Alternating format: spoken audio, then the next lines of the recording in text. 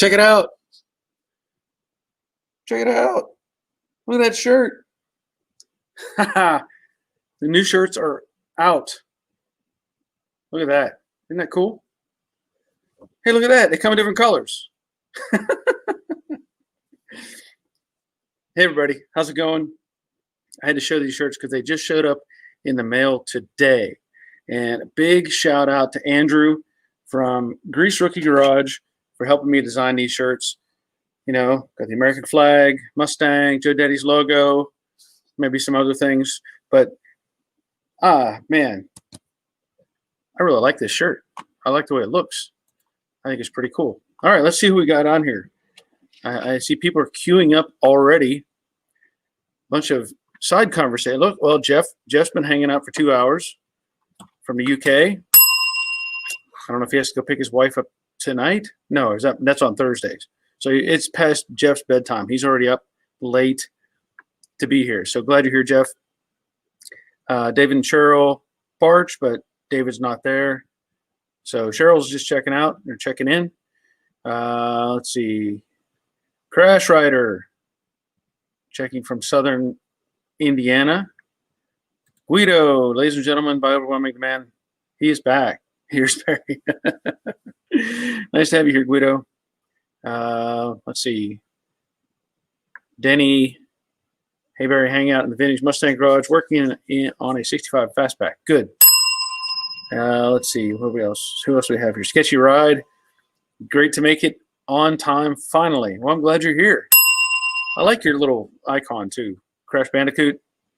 I like that. Because I remember when we first got, what was it, PS1, Crash Bandicoot came out. You know, it was like the first big game they had on PS. I guess it was PS1. Anyway, we got it for our kids for Christmas. They played it. They played it. They played it. I played it. And, you know, it was funny because I was the first one to beat the game. So I have to give myself a bell for beating Crash Bandicoot before my kids did. Bob Shoemaker, weather permitting. Okay. So did you say something earlier? I'm not sure where you're at, but I know the weather is getting kind of sketchy in various parts of the country. Let's see. Cheryl. Okay. Yep. Nice shirts. David, DIY guy, glad you're here. Kuderlev, how big, old boy, do the shirts fit? Well, that's a good question.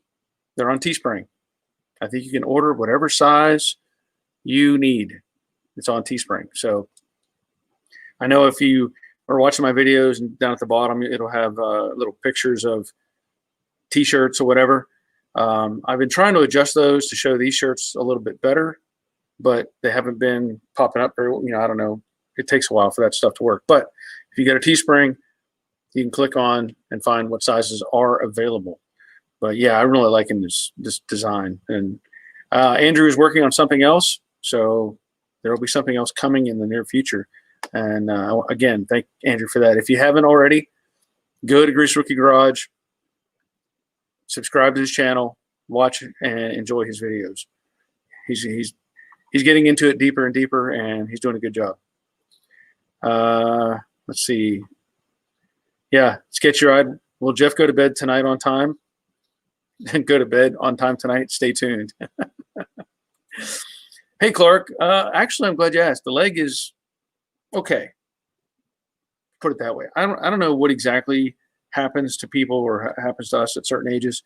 You know, I did have my hamstring affect me when I was running, and it bothered me for a few days, and that kind of settled down and went away. And I have now I've mentioned it before. I have like quadricep tendonitis. I don't even know how you treat that. I've been icing this thing every day, 15, 20 minutes, trying to stretch. It just doesn't work. So taking Advil, different things. I don't know what the fix is. I did do some more running. I ran, I don't know, 1.5 miles or 2 miles and did okay. And I wanted to do another, what I call a road march. And that's where I strap a backpack on and go for 4 miles or so and see how that turns out. But it's not doing great, but it's okay. I'll get over it, I'm sure. Leonard's checking in. Dave checking in. Nobody 66. Too much lightning here, and then the fires. Yeah. If you're out in California, they're having some really bad times out there right now. Derek Pro checking in from Australia, right? Yeah. Still scorching hot in the desert. Yep. Jeff Barry, that is a nice shirt, right down to the shades of blue. Yeah. Yep. And I actually I think I picked out, like, because I can select what colors to use are available, and I think I picked up a couple shades of blue, a black, this color, which is, I don't even know what this is technically called. It's kind of a gray color. I don't know what that what there's probably another name for it, but I don't think it actually says gray on the selection. But I really like this one as well, because I'm into this. These are more of my colors right here. You know, the, what do you call them, earth tones type of thing. More of my stuff, but I do like the way it looks. I mean, the colors are great, and so I'm gonna have to get some more of these. And this design is available in t-shirts and sweatshirts, and the coffee mug. But the coffee mug, it has a different layout. It is actually right here. Here's the coffee mug. So the flag is running vertical instead of horizontal. And I went in and I readjusted that coffee mug because I had only put the logo on one side. And I realized, hey, it needs to be on both sides. So I deleted that one and I put in this one, which has the logo on both sides. So anyway, you may find it useful. I don't know. Jorge checking in. Glad you're here. What's that? What's what? What did you say, Leonard? What's what? What's that? You lost me, Leonard. Jerry, grease rook and iron step on the inline six. Good. It's not the age on your body, it's the mileage. Yeah, there's a lot of miles on this body. A lot of that was put on when I was in my late teens, early 20s in the military. That took a lot out of me. I know that. Jack W checking in. Guido, putting this out there for all. I'm running a Champion 3-core radiator, trying to find the correct fan shroud. I decided to go manual, getting rid of the electric fan setup. Not happy with it. Okay, so you're trying to find a good electric? No. Oh, okay, you're getting rid of the electric, and you're trying to find a good shroud. So if anybody has any advice for Guido to go with that Champion 3-core radiator, by all means, make a comment. Gotta have the coffee. Sketchy ride, it would depend on the conversation. We've just gotten off to a great start. Leonard, the odometer's rolled over twice. Yeah, my foot too. Yeah, it's those things, you know. You just, one day everything's great, next day things are falling off. David Barnes, Kingman, Arizona, and garage working on 67 hardtop Mustang over 100 degrees today. So I'll give you a bell for working in the heat, because I can't really, I avoid that at all costs right now. I've got the AC on in here. It's very comfortable, very content, enjoying the temperature. It's around 73, 74 degrees in here, which is fantastic. Let's see. Guido, car overheats, electric fan isn't doing the job. After I do a few hot runs, it goes up to 210. Well, we'll have to try to come up with a shroud for that situation. I know that's a good thing to bring up, by the way. You know, I've been doing the test fit on the vintage air system on the Brooklyn Pony, and there's been, you know, a variety of comments, and some great comments and some great ideas as to how to address or fix or modify or change whatever. And one of those, of course, I put on, well, I still have it sitting here from Thursday, I believe. I don't know, Thursday or not. This is that radiator hose that I put on the car. And somebody had brought up a good point. I didn't think about this because I guess I'm not overly familiar with the reverse flow water pumps. they pointed out that with this radiator, this hose and this length, that it's very possible that pump could suck this hose flat. And so they had suggested putting in a spring, which is a great idea. I'll have to see if I can find something, but a spring would be, a plus. The other thing was somebody commented that they felt like I had the wrong radiator for the car. Well, in a sense, I do, in a sense, because the radiator that's in the car that we're putting in the car is actually from a 68 Mustang. It's a little bit bigger. Now, if you go back and look at the video where I put that radiator in, I had to modify the cowl or the radiator support, core support, and get the opening bigger for that 68 radiator to fit. But that radiator is also set up for the factory configuration, which is the both outlets being on the passenger side. So it was suggested cut that radiator, modify it. I don't see that happening.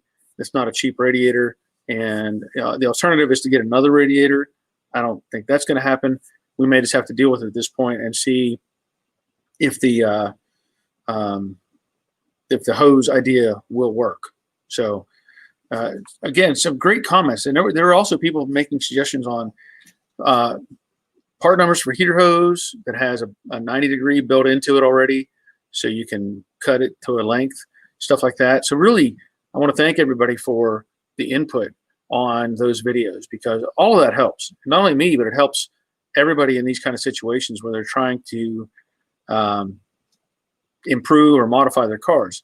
So I'm glad when I make these videos, I don't always have the answer, but I always try to find the answer, or I try to work my way to the answer. And, a lot of times my ideas are maybe different from other people's, but a lot of times my ideas solve a simple problem or maybe a complex problem with a simple solution. So I like having the input from everybody. That helps a lot.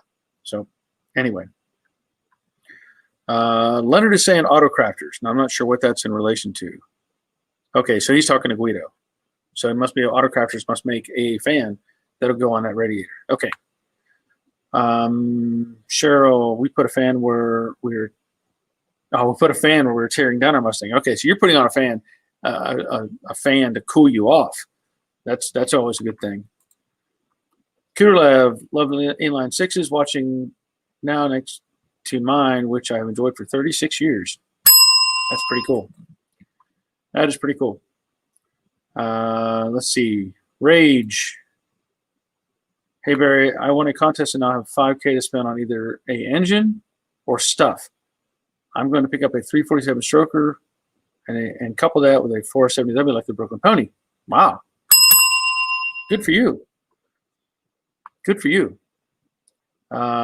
Okay, so he's asking on the 470W, who made the one in the Brooklyn Pony, and does the 347 stroker and the Pony have a dyno sheet? I don't think there's a dyno sheet with that 347. I will tell you that is a Summit engine built by Ford Performance. You have to look it up to find out what those cost. The transmission was also, I believe, through Summit. I don't remember who the brand is, but you have to look that stuff up. Do some research and see what you can find. But I don't have any kind of dyno sheet. Let's see. Let me see if I can pull up some information for you.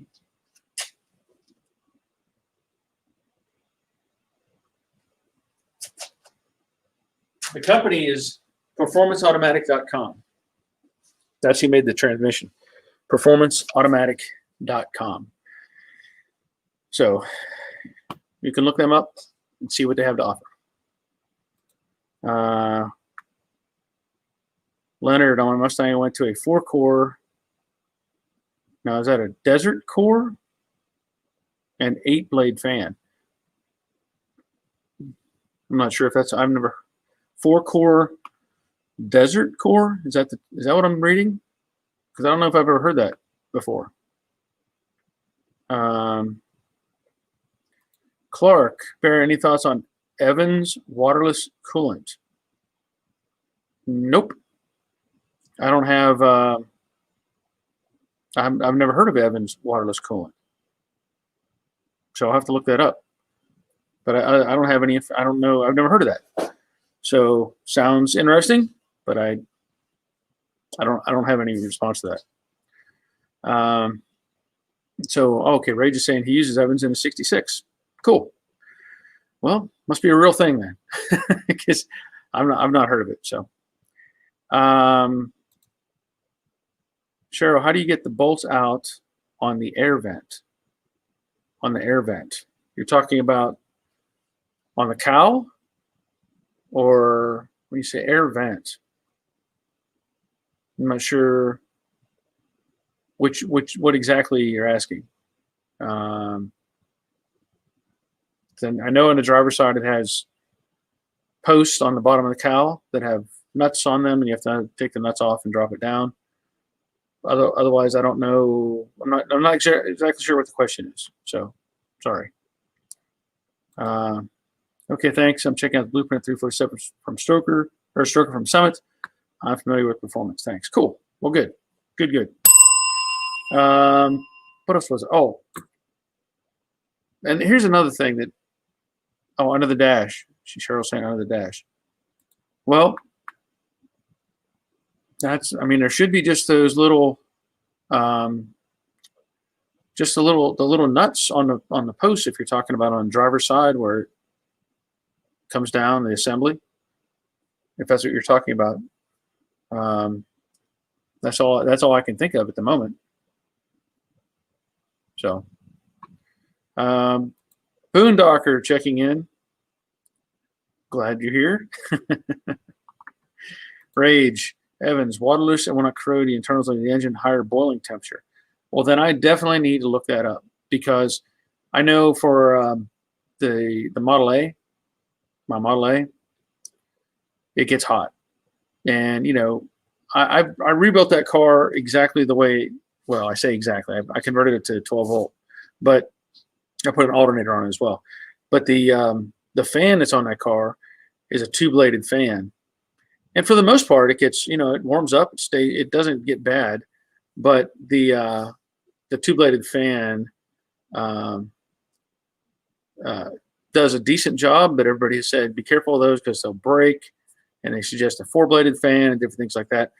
I haven't had any issues, and I don't foresee any, but I know that the car gets hot, but also it corrodes inside the radiator and the block.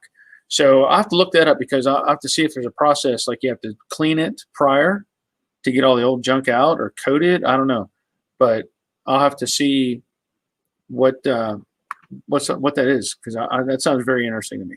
So thank you for bringing that up. Man, wait, hold on. There we go. Okay. Derek, we have that here. You run that with no water at all, and has no pressure in the system, supposed to eliminate pressure everything, less stress on components. Well, that sounds very positive. That sounds really good. I'm going to have to really dig into that now. David Cheryl, we see two, but don't know how to get to them. That is the hard part. If you watched the last video on Brooklyn Pony, you know, I was laying on the floor pan, reaching up behind the cowl and the firewall and all that stuff. A lot of times it's kind of hit and miss. Now, if you can get, you know, I don't know, I wish there was an easy way to tell you, but usually I end up taking an extension, a long socket. It just kind of, I've done it so many times I can find it pretty easily, and then, you know, get on it and take it off. But I know it's not that easy for everybody, but I'm just used to kind of having a bolt radar.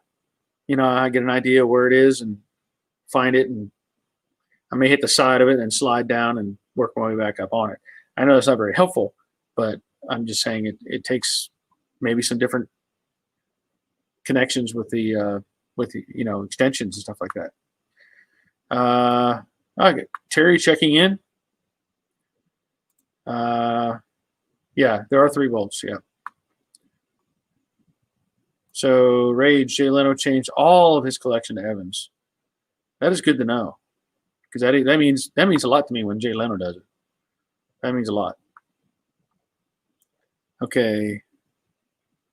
Bob Shoemaker, today's gas. Well, that's, yeah, today's gas is terrible. Oh,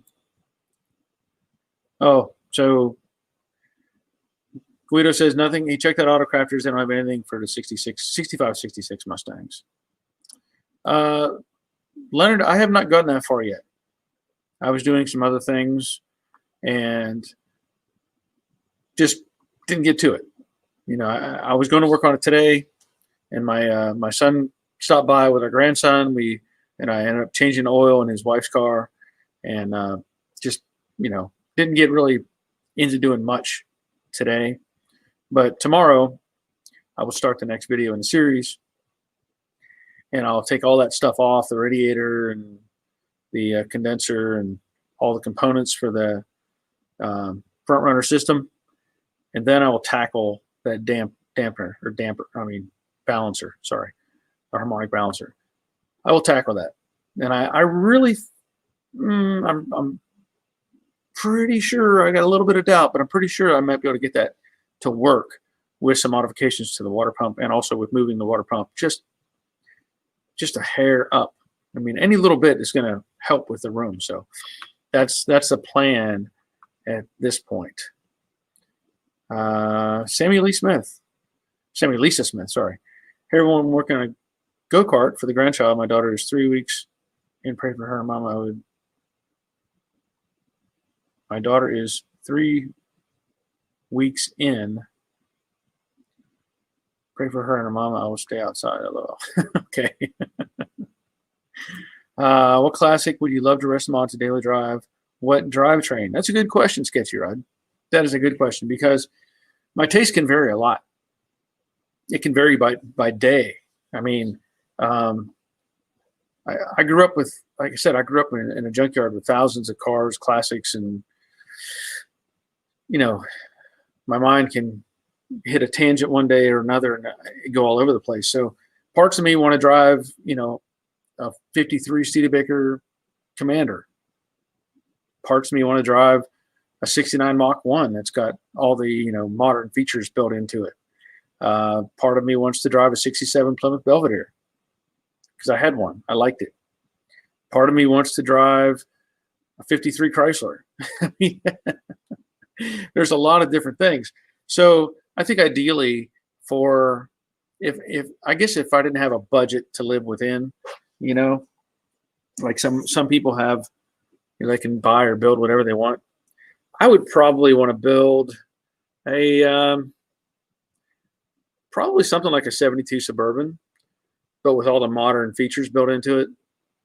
And just, if I didn't have to worry about putting gas in it or anything like that, I would build it like I did Frankentruck, where I put in, you know, 6-liter modern engine, drivetrain, and just use it for everything, because you could haul with it, tow with it, deliver stuff in it, you know, all that sort of thing. I think that would be a good vehicle for me, you know. But other than that, you know, I don't know, because I really would love to have a 69 Mach 1 that I could resto mod and put in, you know, modern components and modern everything and drive it. But there's always something that interests me, you know, different tangents all over the place. So really tough question to answer, honestly. Derek, watch that video. Looks like lots of fun. On another note, did you get my email with the photos? I don't know. Which email? How long ago? Because I had, let me see here. In fact, where did it go? There should be another.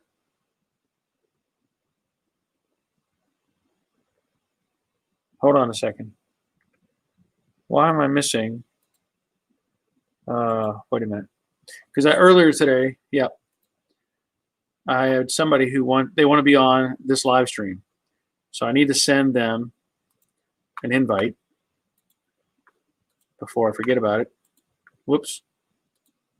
I just sent them a blank email. Okay, so that's on the way. I don't know where that went. Okay, so Derek Pro, watch the look. Okay, did you get my email with the photos? I don't know which email you're referring to. Let me see. Because you had sent me an email. I have an email with photos in it. Yeah. Yeah, very nice. It's a very nice car. Yeah. Sorry, I forgot. Leonard, didn't you have one? Yes, I did. I had a 72 Suburban. I did, but it was at a time where I couldn't keep everything that I had. I mean, I still can't really, but yeah, I think I'm just kind of visualizing if I had didn't have to worry about a budget, didn't have to worry about paying for gas, that sort of thing. But yes, I did have one. Well, I don't know yet, Boondocker. I have to let me think about junkyard stories while I'll try to come up with something in the back of my head. So I'm not quite ready for one yet. We'll see. I'll see what I can come up with. Barry, can we send you pics of our projects, even if they're basically finished? I say basically whenever really finished. Yeah, you can send me. Yeah, you can send me pictures. I don't mind looking at pictures. I don't know how fast. I'm not very fast at getting them from email to here. Because I have to download it and then transfer it and then upload it and whatever. So, okay. So Samuel Lisa Smith, she's having a baby. Okay. All right. Yeah, it's down in the garage too. 68 Stang checking in. Brian W checking in. Okay, let me look, Derek, because I have an email. July 21st. July 21st. I don't have anything. Let me see what this one says. July 31st. August 3rd. That's why I sent you the email, the invite. I don't know. Maybe it's not. Yeah,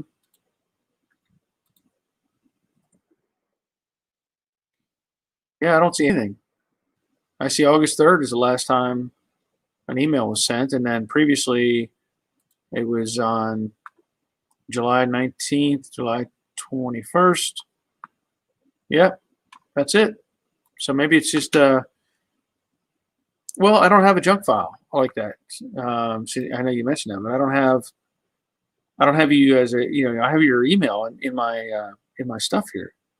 So I don't even have really anything set up as a junk email, which is I don't know. I don't know where it's at. It's on a slow train from Australia. Jeff, he's trying to say sketchy ride. That's a great question. My wrist mod of a BMW. I said a 300 was to create my B Mini W. That sounds interesting. Ricky Lynn just popped in. Have a blessed night. Thank you, Ricky. I'm glad you checked in. Glad you're here, even for a short period of time. Yeah, I checked. I don't have it. I don't know where it's at, Derek. Leonard, there's a auto salvage yard in Utah that I'm checking out. They've got over, I think, 4,000 cars. I want to go check them out. That sounds like a plan. That sounds like more than a day trip, though. Okay. Rage, I'm out of here. We're on satellite internet. My wife is getting ticked off. Later, guys. All right. Glad you were here. Yep. Peace out, Ricky Lynn. Yeah, Derek, try it again. And I did send that email to I think it's 60 North Carolina, 67 North Carolina Stang, I think is his Instagram account. And so he was going to try to get on here tonight, but maybe our paths haven't crossed just yet. But let me think. I want to tell you all too. I had a couple of different things going on over the weekend, and if you haven't seen it, I know I've been asked about this before, and Jorge asked about this, I think last time we were on, and he was curious about editing videos and how I do it, and whatever. And I did a video on, it was just on my workshop channel, of putting away a tent. It's just a tent. And the thing is, it's a tent that I've had for probably well over 20 years. And my son borrowed it, and he brought it back to me, and it was just wadded up like nothing. It was just a big mess. I was like, man, why didn't you put it away the right way? And he said, I couldn't figure it out. I didn't know how it went. Well, I point out in the video that in his defense, as the dad, I always put the tent up. I always put the tent down. I didn't ask them to help me, so they really didn't have, the whole experience with that. But anyway, so I did that video, and then after I made that, or when I filmed the segments of it, I thought, you know what? That would be a great video to use for an editing video. And what I mean by that is, as I made that or edited that video with my editing software, I'm able to record the process. So whatever's on my screen, I can record it with that software, and then I turn that into a video.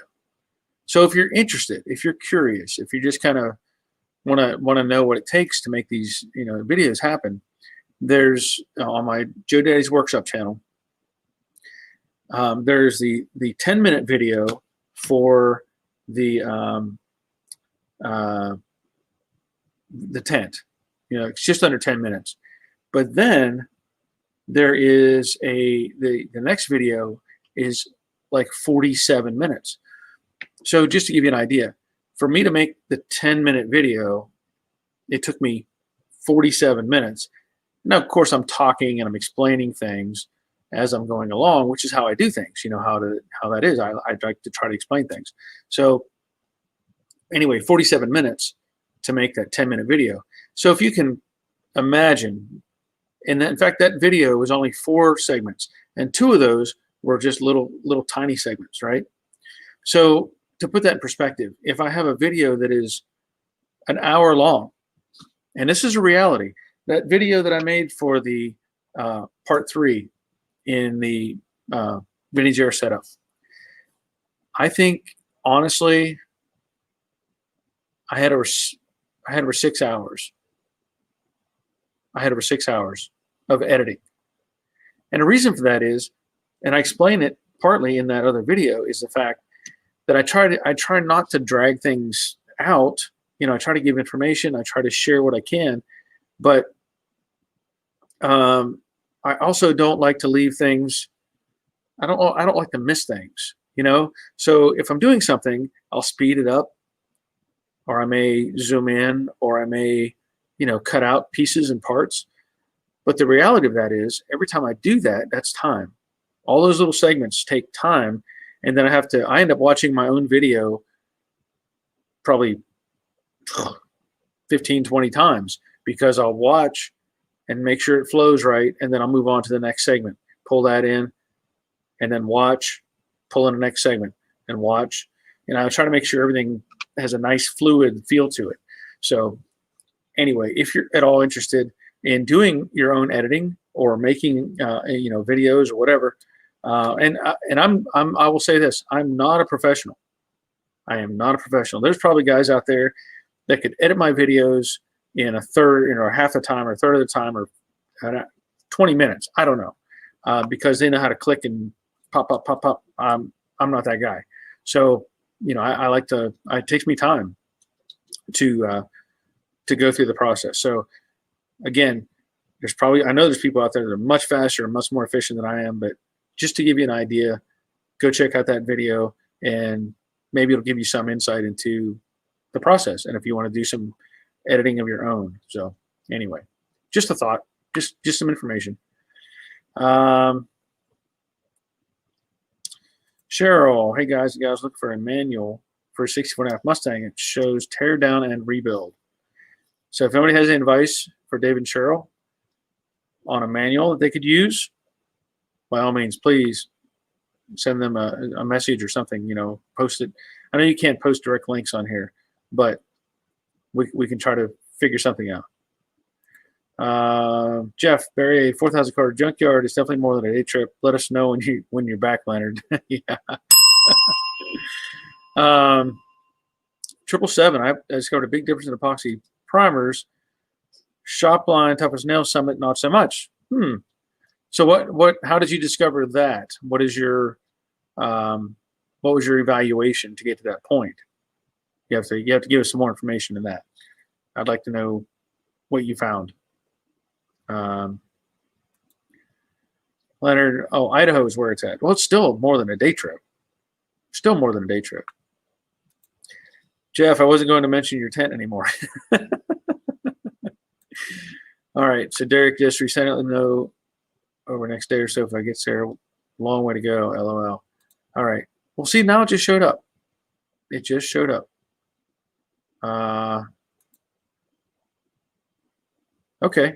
All right. So I got an email from Denny. So I'm going to send Denny a link to the live stream. All right. See there? Now it shows up, Derek. It's all here. It's a good looking car. And I'm just kind of breezing through it right now. But I'll have to look at that later if you're trying to get answers to some questions. Whoops. Kuderlev. David and Cheryl, NPD link has factory assembly manuals reproduction for 64.5. Not sure if shop manual covers the Mustang, may have to default to the 65 shop manual. And it should be the same. Should be the same. Kevin checking in. 777 need to hire a local kid to edit. Yeah, well, the difficulty is I don't know if they get the idea of what I want to share, so that's what makes it difficult. Because they might just skip over something they don't find interesting, but that might be the detail that gets everybody in line with what they need to know. So Dave Britton checking in. I can't help it, Dave. I have to say Britton. Very formal when I read it and say it now. 68 Stang. I was Haynes repair manual from 79. It shows a lot. Haynes 36048. So there you go. David and Cheryl, that may be your answer. If you can find Haynes manual 36048, I don't know if it shows exactly what you're looking for, but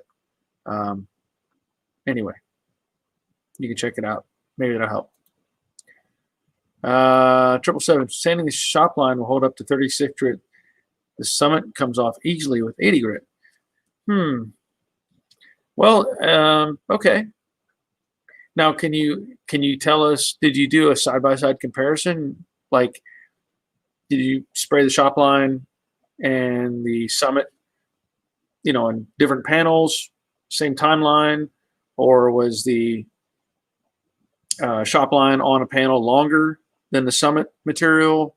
There's a lot of variables that can come into play. We all know that, but I'm just curious. I want to see what the parameters were, because you can do a test, but your test needs to be, in the same zone, time, all that sort of thing. So anyway, Pedro, hello from Portugal. I hope you're doing well. You know what, Pedro?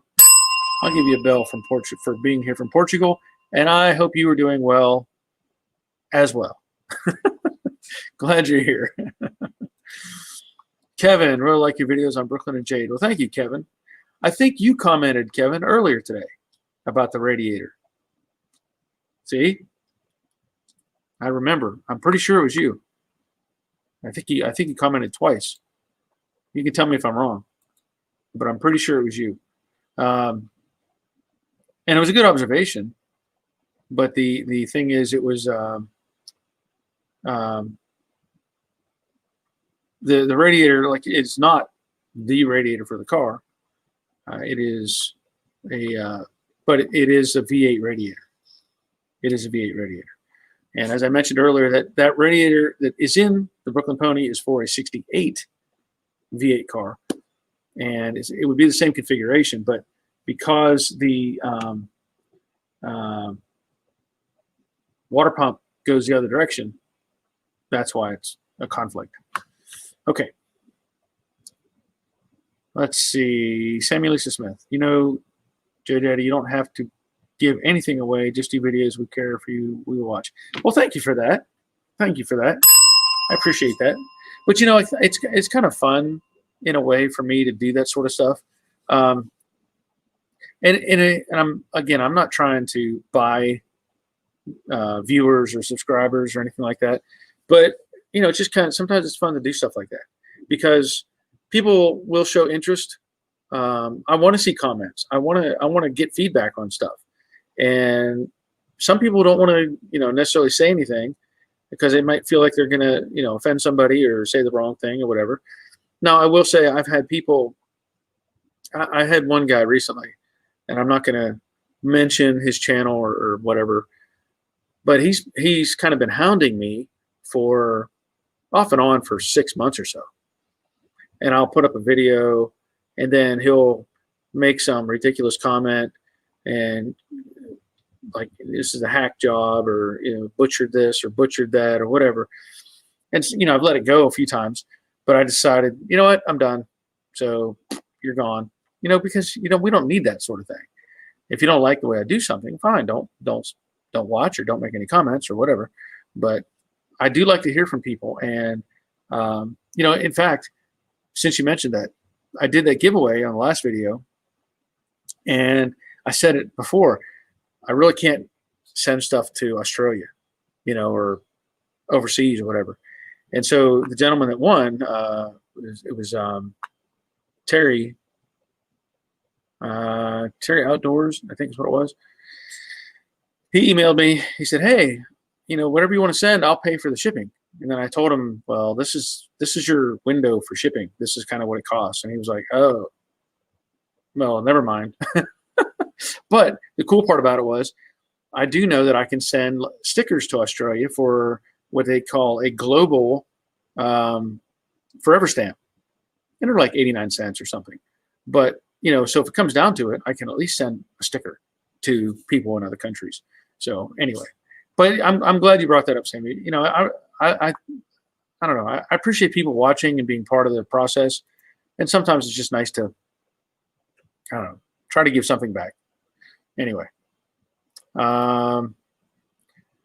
Leonard, let's see, Dave and Cheryl, I've got a manual for 6473 somewhere in my library. Well, maybe you can work something out. Oh, see, Kevin, I don't remember much, but I do remember occasional things. And the reason I remember your comment is because your hat, or your picture there. Is that Wyatt Earp? Or I can't quite tell. It looks like Kurt Russell, but I can't tell. I don't know who. I can see the white hat. That's much as I can make out. Thomas, isn't Summit brand primers and paints and clears made by PPG? I don't know.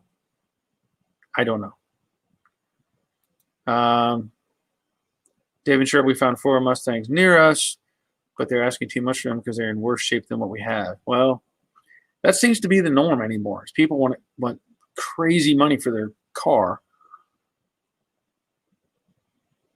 And if anybody has followed along,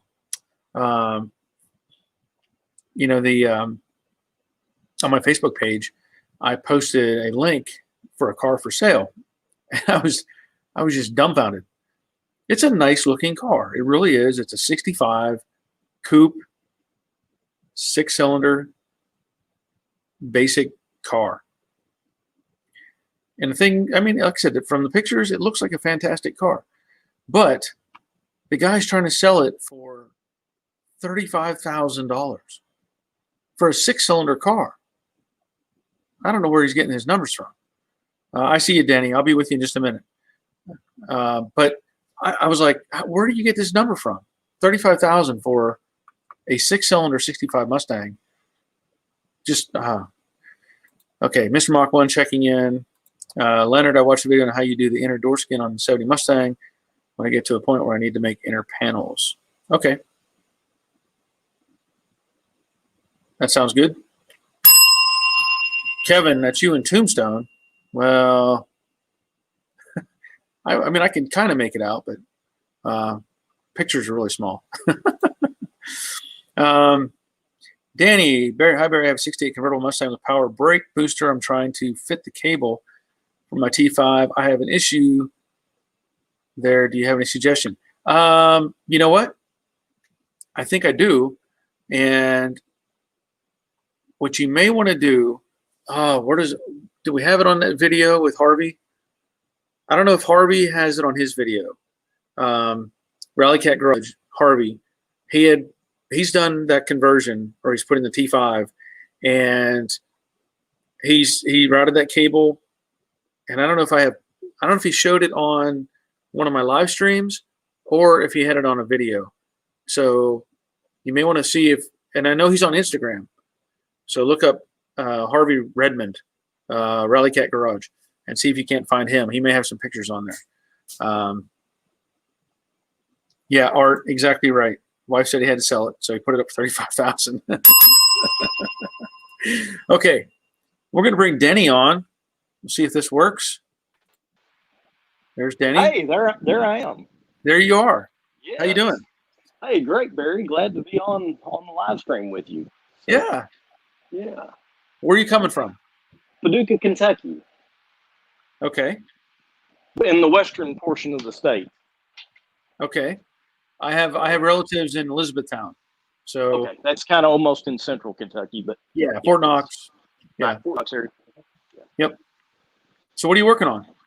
I'm working on a 65 fastback that I bought about 4 years ago. Yeah. And due to family and doing other projects for other people and remodeling a house for my daughter and her husband, then I finally got enough time to work on my own stuff. So yeah. Anyway, and so this 65 fastback that has been around in this area.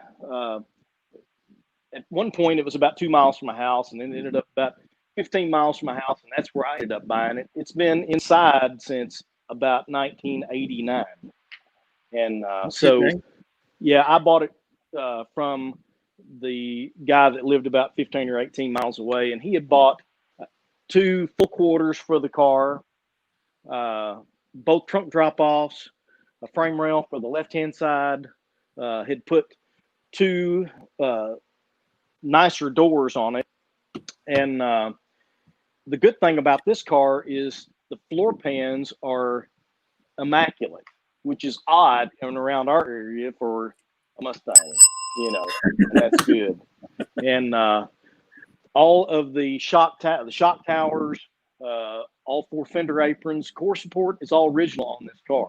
No damage ever, which is bizarre. Yeah. And so, like I said, he had already purchased the full quarters, the outer wheelhouse on that side. This wheelhouse was already installed. The quarter had been cut off, and I think in the original beginning of the restoration, they were probably going to skin this quarter and just come up to the body line, and that's where they had left it. And so I've cut all that off, and I've got the quarter about ready to go on. And then, like I said, it came with a Shelby fiberglass hood, has all the Shelby badges. It's got the 65 Shelby stripe kit. It's got disc brakes on the front. It came with, I went and took my enclosed trailer to pick this up, and it was loaded to the top. The car didn't have any glass in it, loaded to the top with parts and stainless trim for Mustangs that this guy had collected over 30 years. Nice. So I ended up with a lot of extra stuff, like 4 consoles, air conditioning unit, a rally pack. I mean, it was just overwhelming the amount of stuff, that it had. And it had 2 factory reproduction Ford fenders by Daniel Carpenter with the car. Had several headlight setups, as far as the bezels and the buckets and all that already bolted together. This guy had stuck in his garage. So that so it was was a pretty good deal on my part. You know, Sounds like it. that's why when you find a project, even though you're not ready for it, if you can afford it financially, buy it, because that project won't be there when you get ready to start. You know, Nope. and so so anyway, I've been doing some work to it, and you know, it's coming along well. So Now, and, does it have the original engine? no, the motor and transmission were missing when I bought it, and I don't think this guy had it. What I have is a 65. Well, let me take that back. I have a 93 Cobra motor to go in it, but I Okay. pulled the fuel injection off, so it has the GT40 heads, has the roller cam. I put a different roller cam in it, and it has. I put the Shelby oil pan on it. I've got the Shelby valve covers. I've got a Edelbrock F4B intake, which looks kind of like the Shelby 65 Shelby intake. I've got a 750 Holly to go on this, and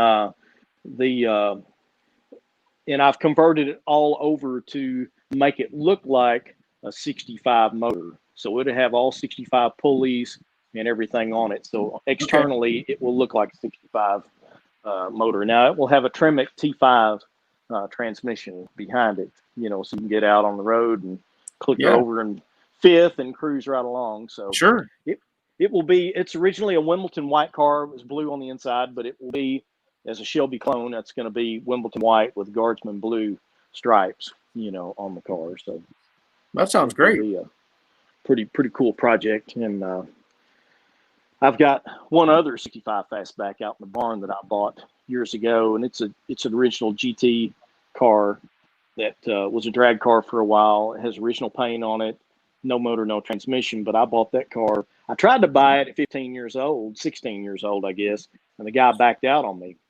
I ran into him in 2004, and he still had the car, you know, and that Wow. was 78 versus 2004. And I said, well, you want to sell that car, Rick? And he said, I would sell it.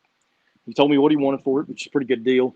So I said, well, where is the car? He said, oh, it's still sitting out in the field. And I thought, oh my gosh, really? Oh I thought, man. oh my, there's probably going to be nothing left. You know, I get over there and it looks pretty good, you know? And I said, Yeah. well, Rick, it really doesn't look that bad. He said, it's been sitting over my aunt's barn all this time. He said, she sold her farm and I brought it back over here 6 months ago. I'm like, wow, how cool. So Yeah. I bought that, and it's out in my barn now. Yeah. So anyway, it'll be a cool build. Well, I also have a 66 convertible that will be a next in line after this one. And it was my first car that I ever had. I bought it, paid $100 for it in 1975. My dad was a car dealer here in town, and we went over and picked it up. I drove it home. I was 13, 14 years old. It was out in the country. We put 4 wheels and tires on it and a battery, and I cranked it up and drove it, you know. yeah. And so I took all the chrome off of it, sanded it all down, took it to a guy that lived nearby that did paint work on the side.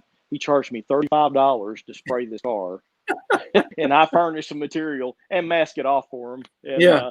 he painted it with lacquer, brought it back. My dad had taught me how to buff, you know, even when I was 13 or 14 years old. So I sanded the thing down with 600 grit sandpaper and buffed it out and put all the chrome back on it and put a set of 69 steel styled wheels off of Mustang on it. Had a new convertible top and new carpet put in it. And I ran the wheels off the thing, you know, Nice. all through high school. Yeah. So it was the car that my wife and I dated in high school. So it has a lot of sentimental value. So, Sure. And then I have a 1970 Boss 302 that I purchased in 1979. And it has 45,000 miles on it. It's a complete car. I've done the restoration on it. I did a rotisserie restoration. It's a MCA Concourse Gold car.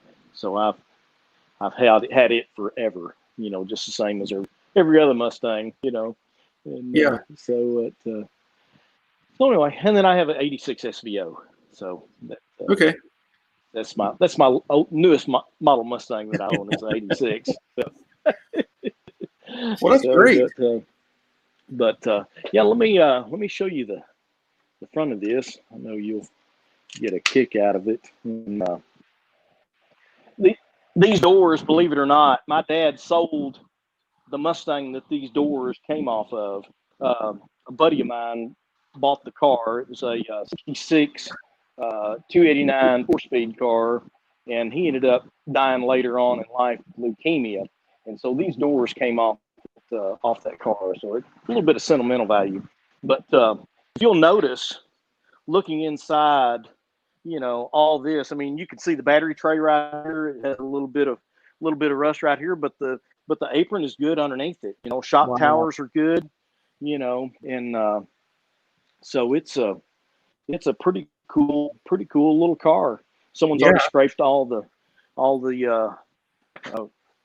rubberized coating off of it, and you can see on the inside, it's just solid as a rock. That side right there, I had to do a little bit of work on the floorboard, and that was from that drain right there, the tube getting bad and leaking right down there in the rear floorboard. It's very typical. And so this border's got to come off. Someone put a skin on, and then they section it in right here, and it's got some damage right here, and it's got to have the trunk drop off and a rear frame rail right there. So, and then the transition from the rear seat into the gas tank, that's got to be replaced. But anyway, it's going to be a cool car when it's done. I'm looking forward to it, and but it'll be neat. It'll be neat. You gonna keep the wheels on it? Yeah, I like those wheels. I don't know where those came from, but I saw those. Like, oh my gosh, what'd that come off of? I don't know. I don't know if that came off. Those came off of Granada or what the deal was. I don't know. I don't know. But I've got a full set of them. And there's probably someone out there probably wants something like that. They look pretty good, but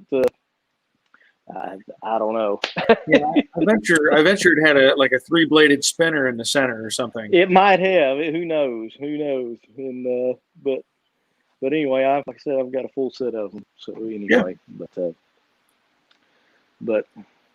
don't.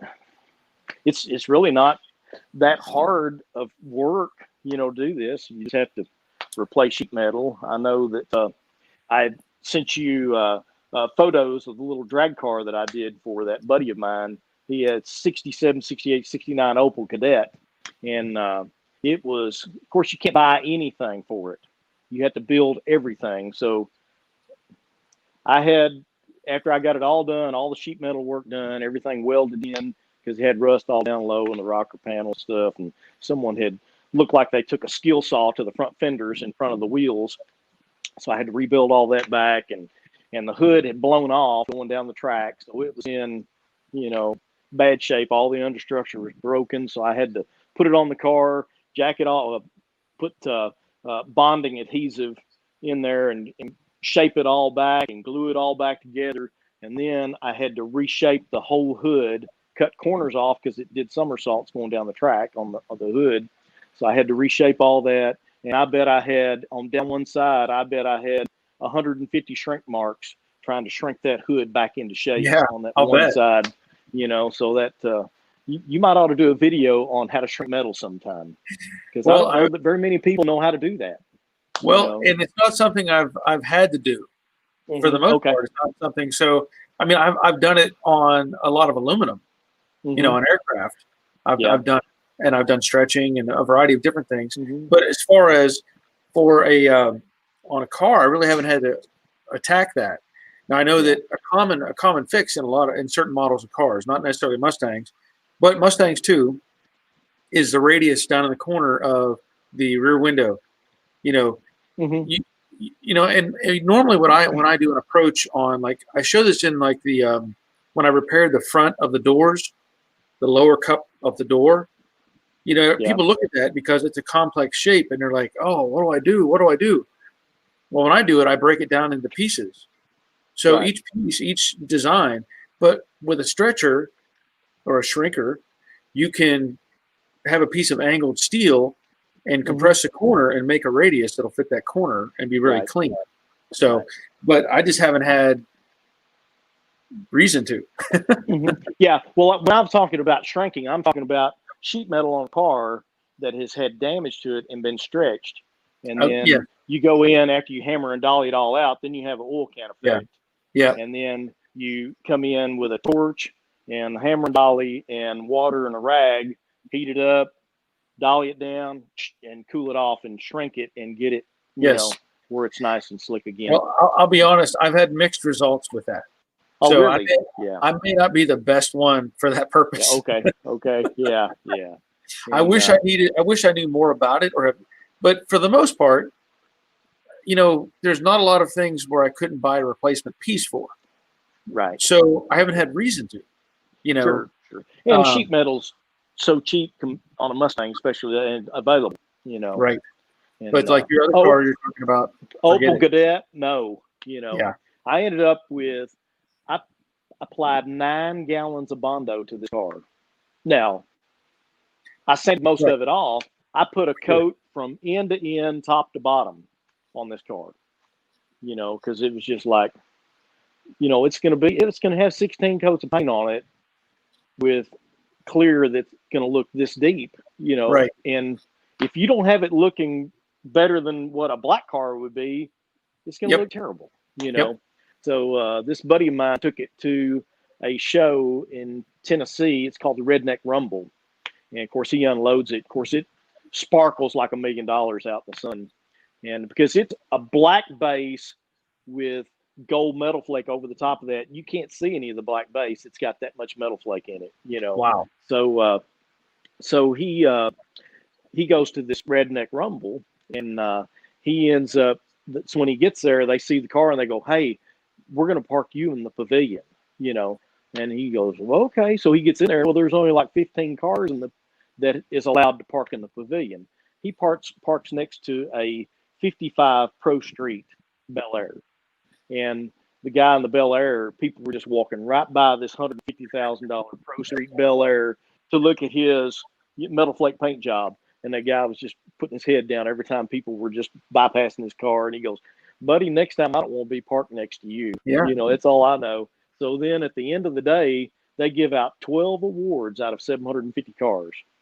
And he was one of 12 with this drag car at a car show, you know, and he's like, oh my gosh, you know. And so he was tickled to death. And it's really the first metal flake paint job that I had done other than just touch up on people's boats and stuff, you know. I've never done an overall metal flake job. I just took my time, got the right gun, you know, had a big tip and laid it out there, you know, and just kept track of it, and that's all you can do. Great. You know. That's great. So I said, don't wreck it. That's all that's all I can say. I'll never match it, you know. So, that's a do-over if you wreck it. No doubt. No doubt. It's funny you mentioned that, going to a car show. I had my 55 Chevy Rat Rod, and it was all by every means a rat. I mean, it was not a fun car to like drive distances because you just it was loud in your head, and you know, it was crazy. But I went to a cruise in at Summit Racing, and I pull in with this old beat up looking 55 Chevy that runs like a champ.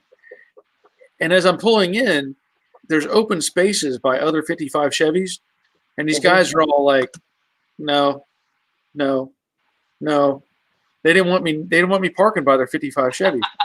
So I finally get over and I park, and all the people that were over there looking at these pretty polished 55 Chevys flocked over to my Rat Rod because it was more interesting. Wow.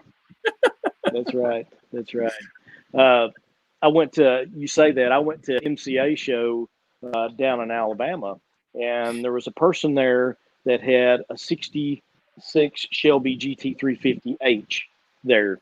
And this car, all they did was pull it out of a barn, put belts and hoses on it and a radiator, and rub out a little spot in the windshield where they could see to drive it, and brought it to the car show.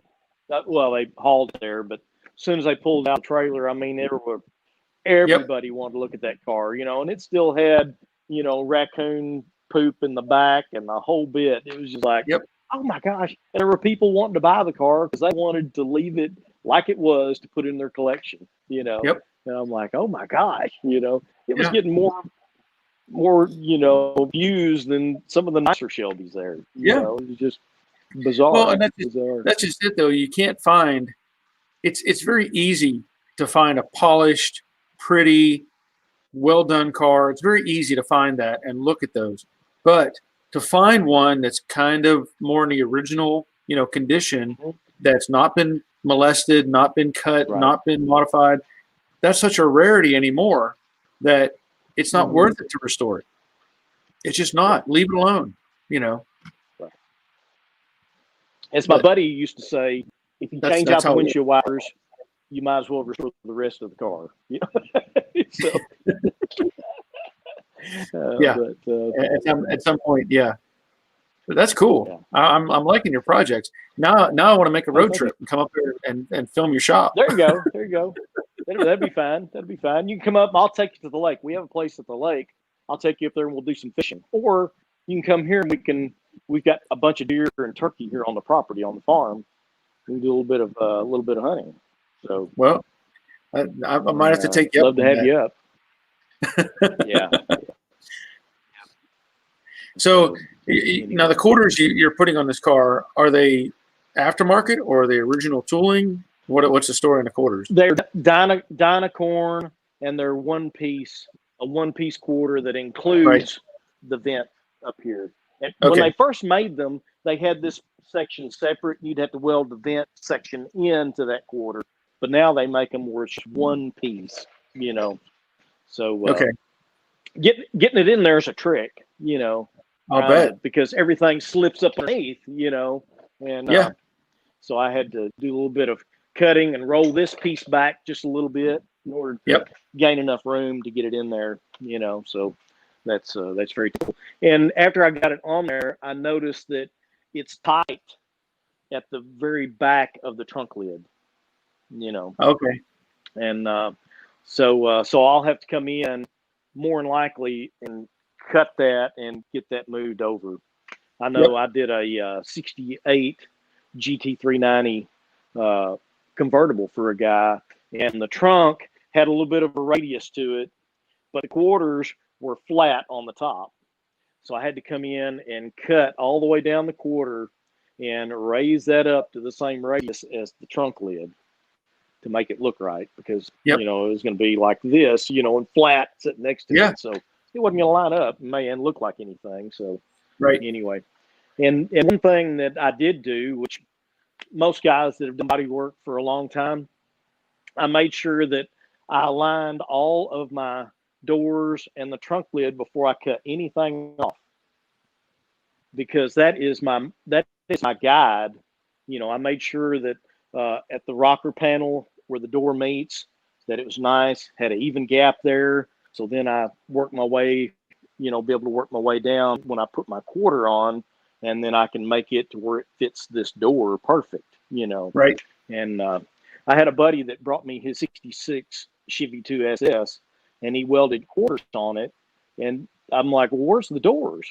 Did you have the doors on there when you welded the quarters on? He said, no. I'm like, well, we got problems, So anyway, I had to cut part of that off to make it sure it fit. Sure. So, but and those are details that people, like when I point out that I'm putting on X, whatever it is, a quarter, a door, whatever, and I tell people I always start at the rear of the car and work your way forward, because you can change the fender a little bit, you can change the door a little bit, but you can't change the quarter, That's exactly right. You get that anchor point, the quarter done, and work your way forward. But all of that, I do it assembled. Put the door on, make sure the quarter's going to line up. All those things, the reveal, very important. And if I can't get, and with the aftermarket stuff, we all know, but I can't get the reveal to match because aftermarket this doesn't fit aftermarket that. So I'll weld up the edge, and build it up and stuff like that. But that's just kind of how it is. That's what you have to do. And, let's see. Bob Shoemaker is saying those wheels look like old turbos, is what he's saying. And then Kevin they look like they're what? Turbo wheels. Okay. Yeah. I don't know. turbo wheel. And then I don't Kevin know is saying they look like they're off of Lincoln, and they do. they might be. Yeah. Yeah. They might be a baby Lincoln. Yeah. Yeah. Yeah. Yeah. Lincoln Zephyr. Yeah. Yeah. Yeah. It may be it. Maybe it. And because I think this guy had, at one point in time, he had a rear axle that he put underneath the Mustang with rear disc brakes. So that is probably where he got that, with that rear disc brake package for that. Mm-hmm. Well, that's like my '68 Mustang has Ford Explorer wheels on it. That's what I got it with. Yeah. Uh-huh. But they fit. They fit. Sure they do. Roll around. Yeah. Yeah. And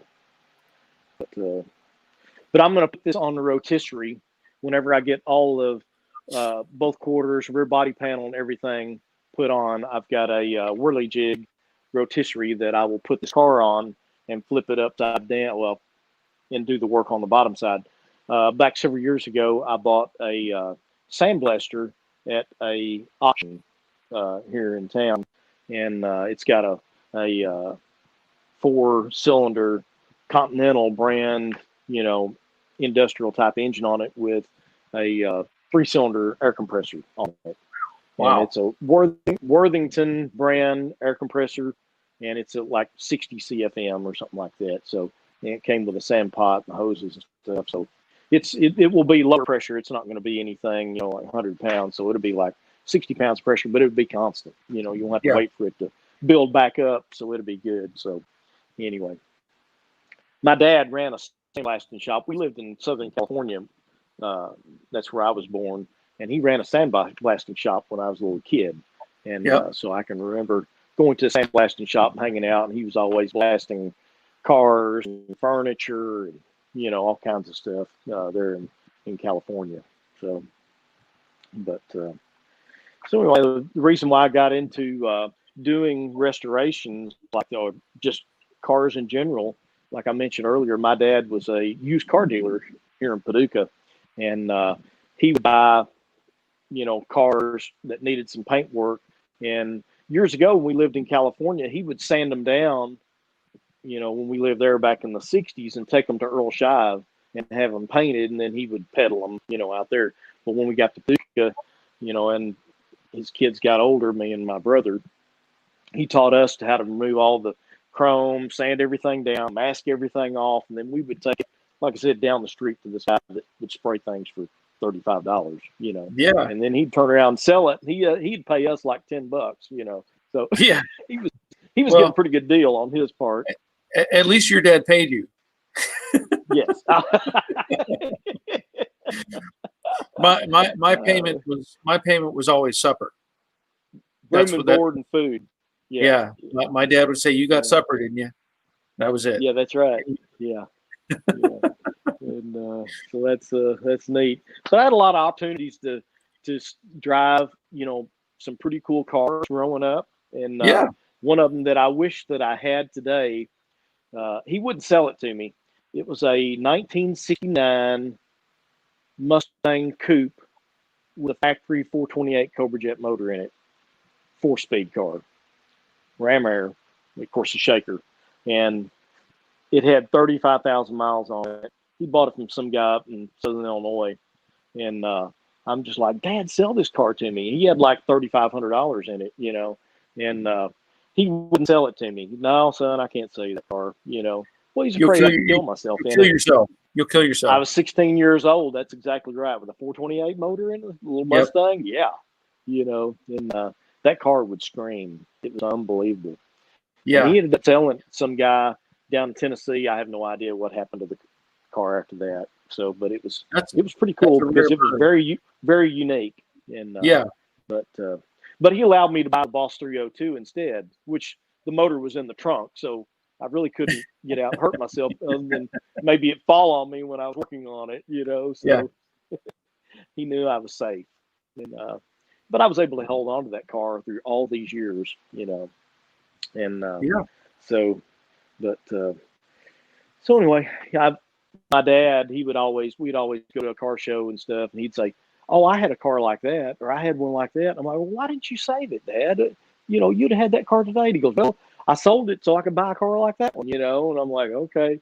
So I vowed to myself then that I wouldn't say that, you know, when I got to be his age. I wouldn't say, well, I used to have one like that. And I would try to keep the ones that I really liked, you know, and just have them as a keepsake, you know. So I've been fortunate and blessed to be able to do that, you know. Yeah, and that's a good thing.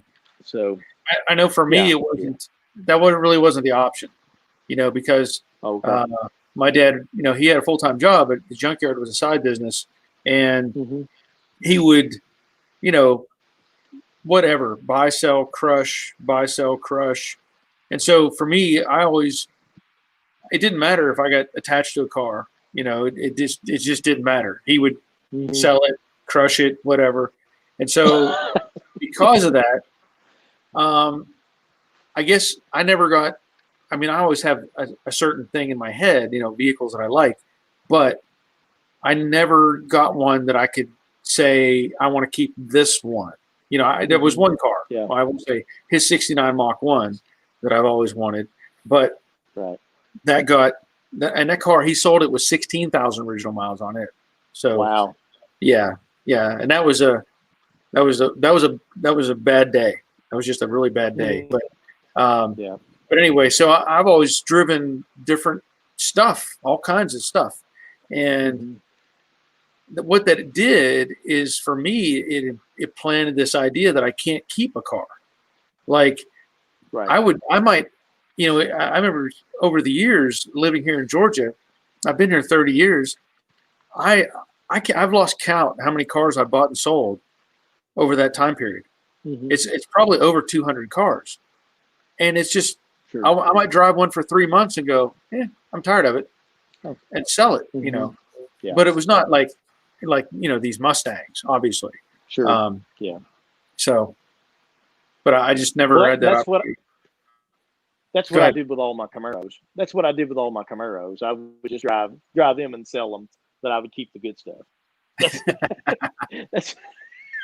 That's what I've told all my buddies when they say, well, you know, why are you a Ford guy? I said, well, you know, I've had a 66 GTO. I've had a 68 442 W30 car. I've had, you know, a 67 Camaro, 68 Camaro, and a 69 Camaro, and a Corvette. And this is why I drive a Ford today. They go, oh, well, yeah, thanks. I'm like, have you ever tried a Ford? You've always driven a Chevrolet. And they go, well, yeah, I've never driven a Ford. There you go. See, you know, I've tried the others, you know. But yeah, I like them all, because growing up on a car lot, we drove everything. Oh, sure. Whatever had gas in it is basically what we drove. You know, well, if my dad traded for a car that had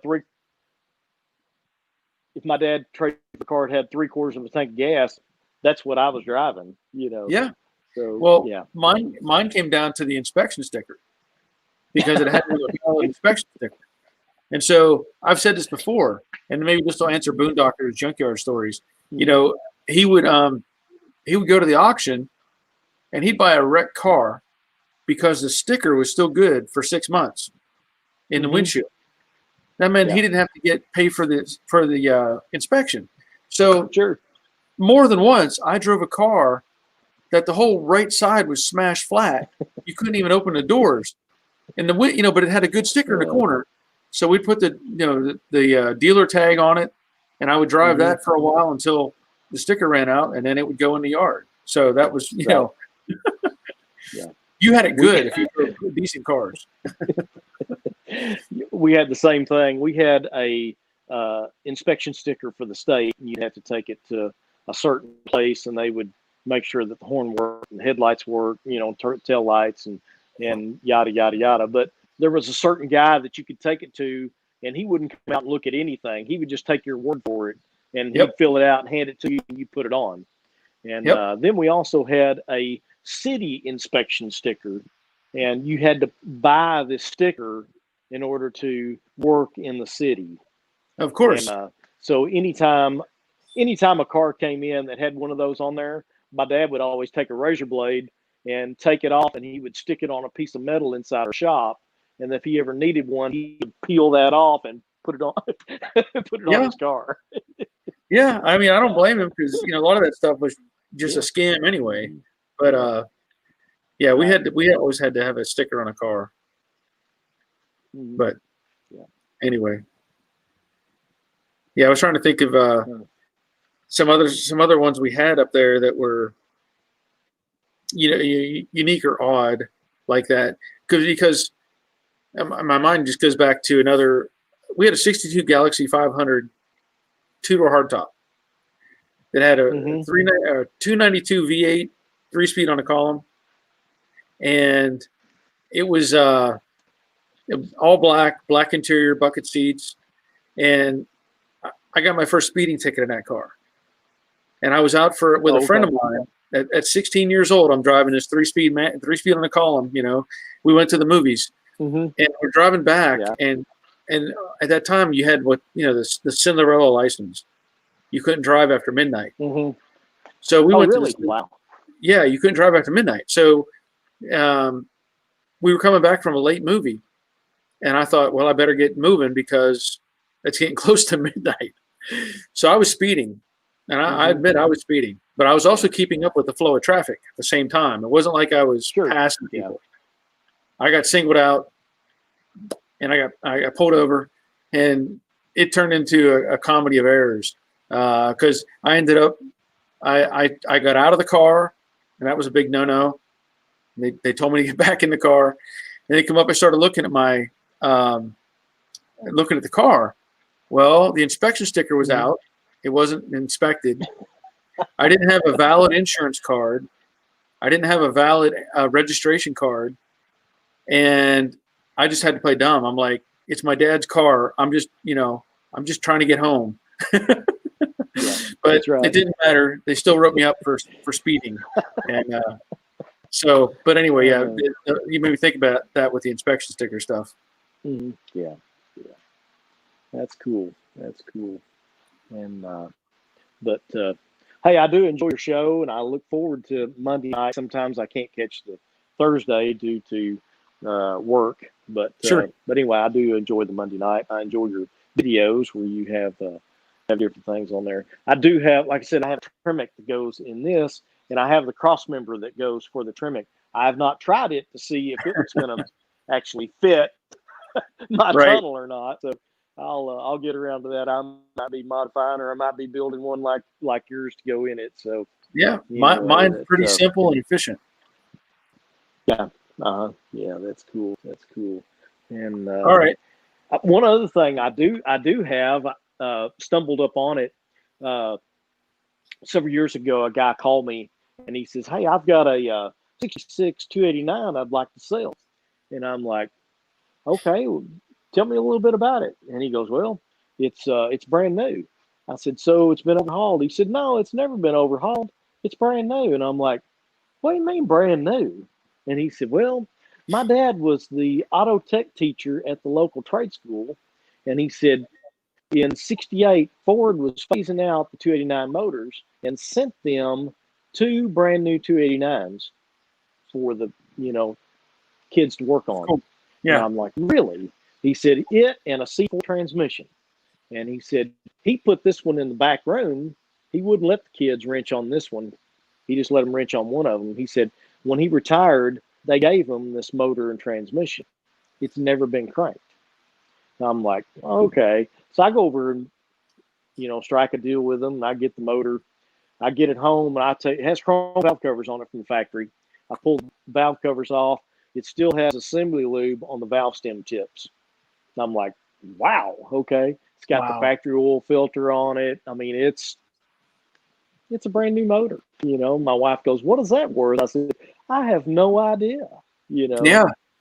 Go find one. And the thing is, there's no number stamped in it, no VIN number. That's right. It's just a date code. Yeah. So if somebody was looking for one, you could easily put a number in there and say, "This is for that car."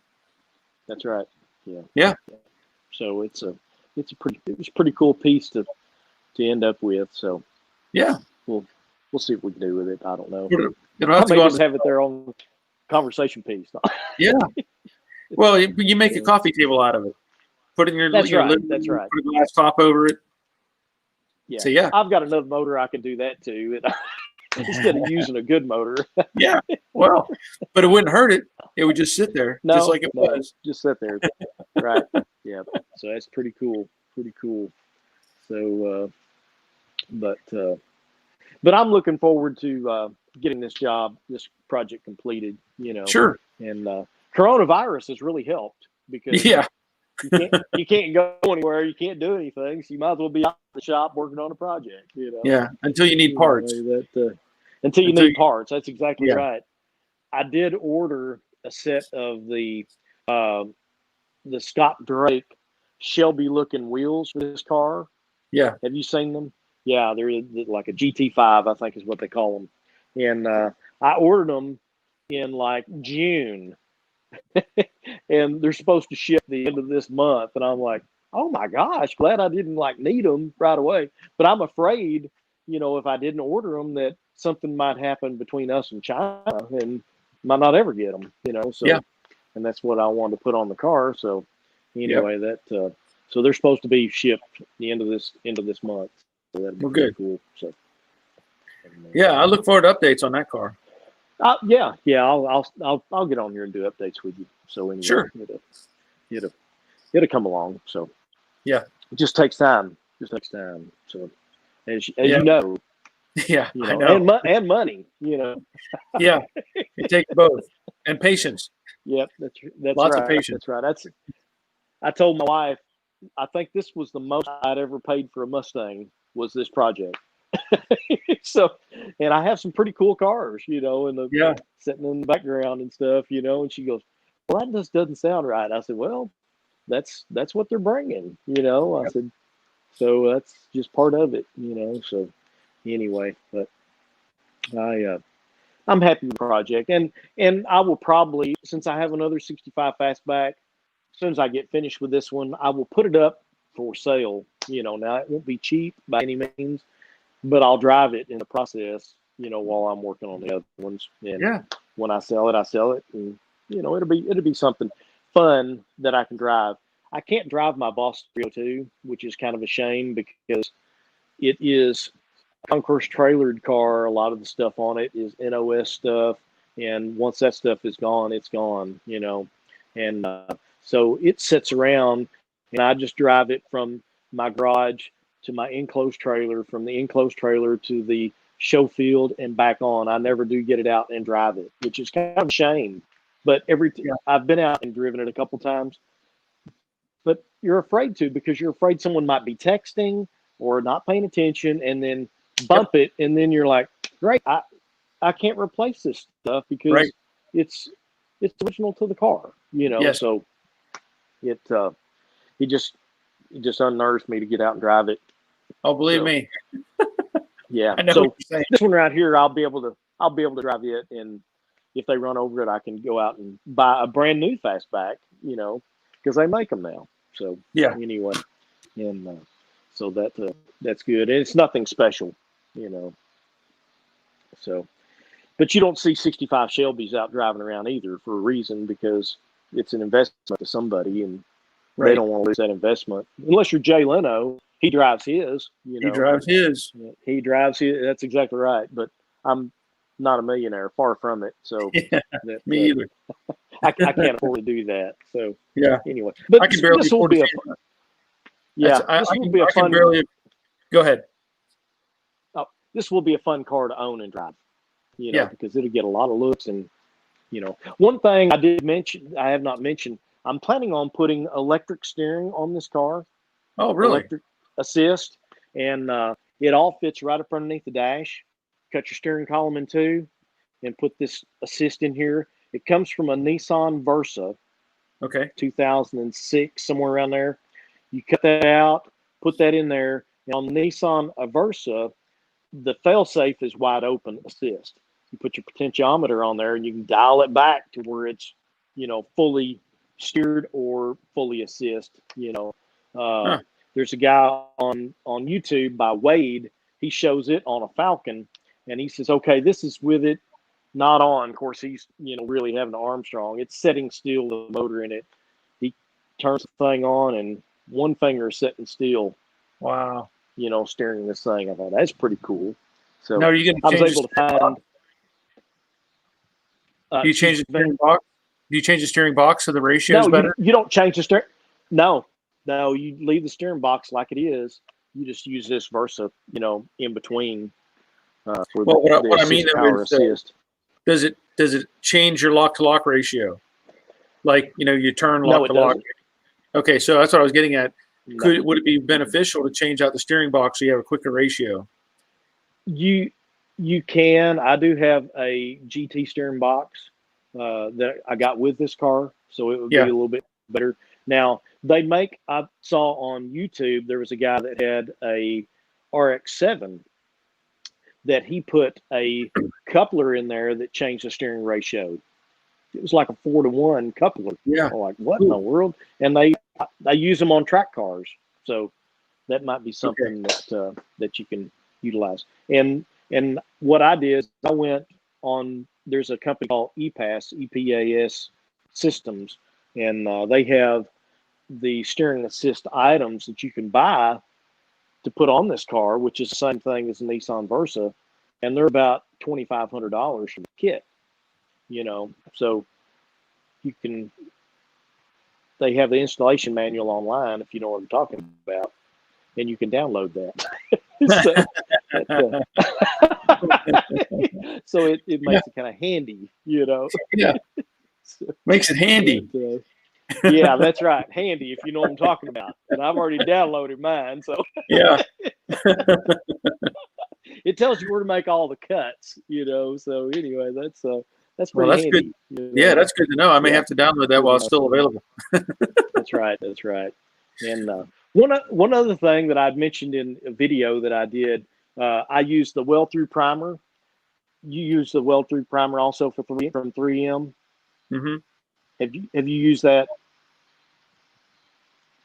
I've used a 3M brand, yes. Yes. And the life of this is not the greatest if it sits around. Have you noticed how it gets stopped up, and I really haven't had much issue. Can left. Yeah, I haven't had much Have issue. you not? Okay. I have had in times past. I've had I'd buy a can and I'd go to get it, and then it wouldn't work at all. And a buddy of mine said, "Hey, if you store it upside down, it won't do that." Really? So this can right here is about 5 years old, and it was stored upside down, and it still works today. So anyway, Interesting.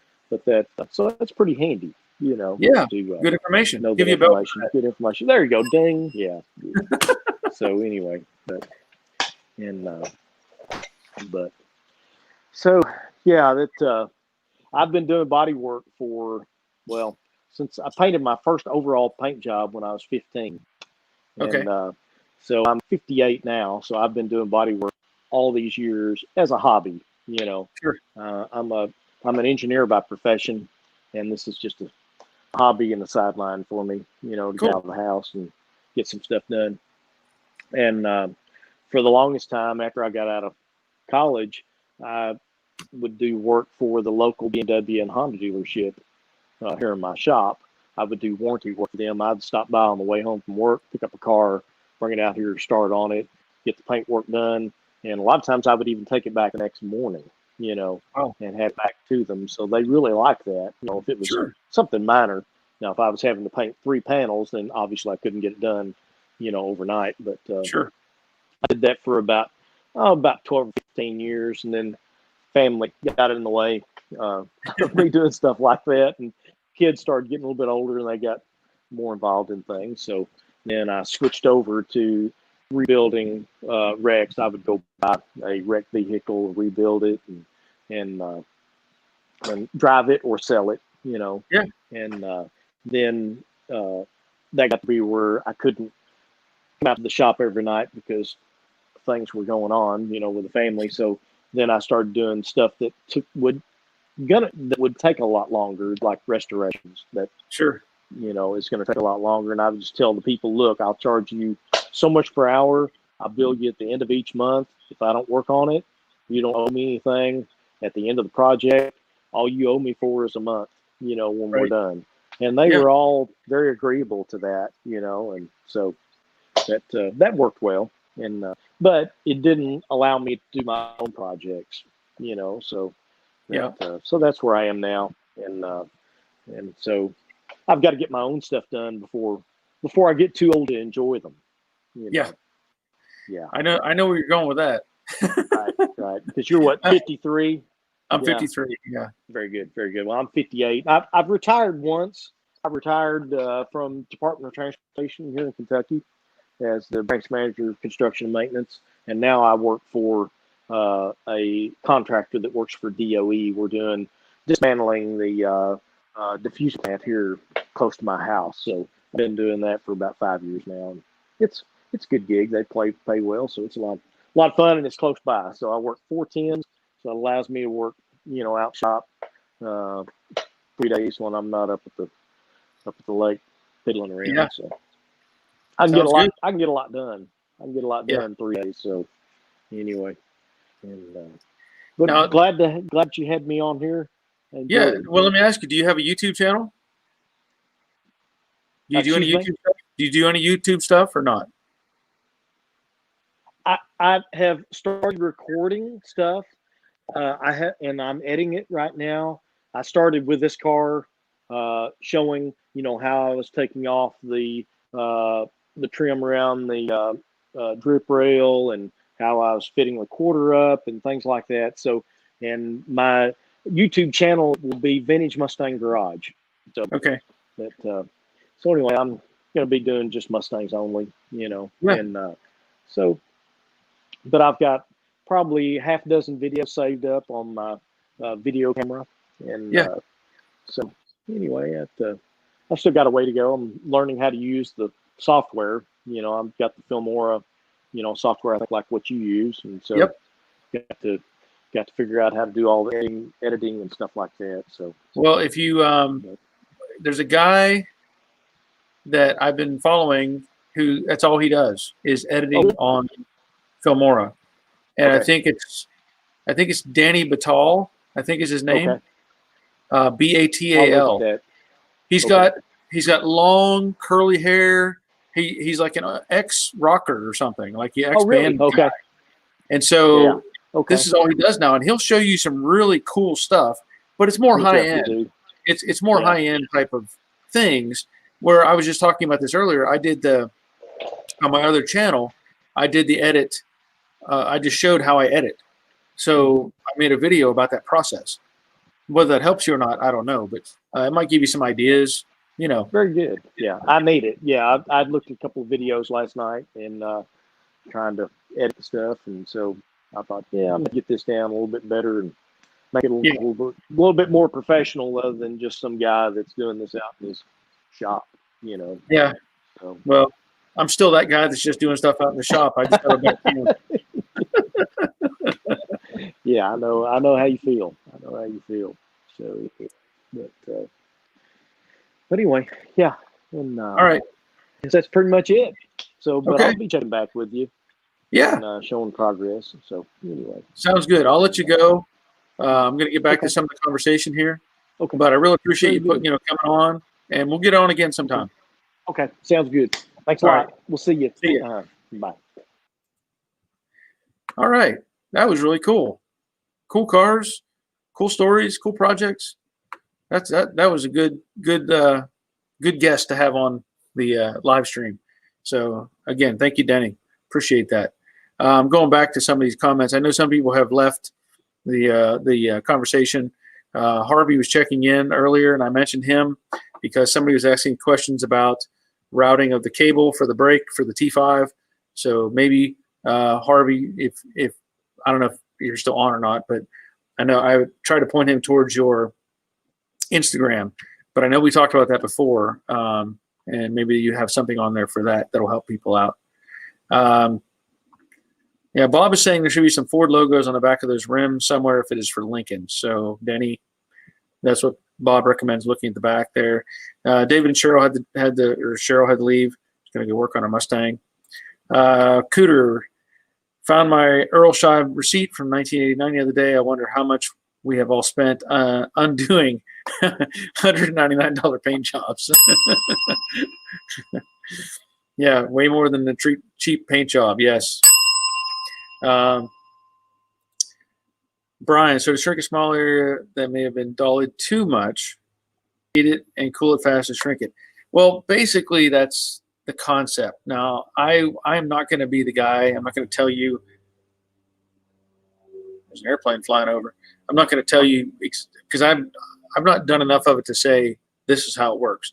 I'm sure there's videos on YouTube that'll show you good techniques for that, but I have not made a video in that process. But basically, that's the concept. Yeah, Boondocker, you got a twofer.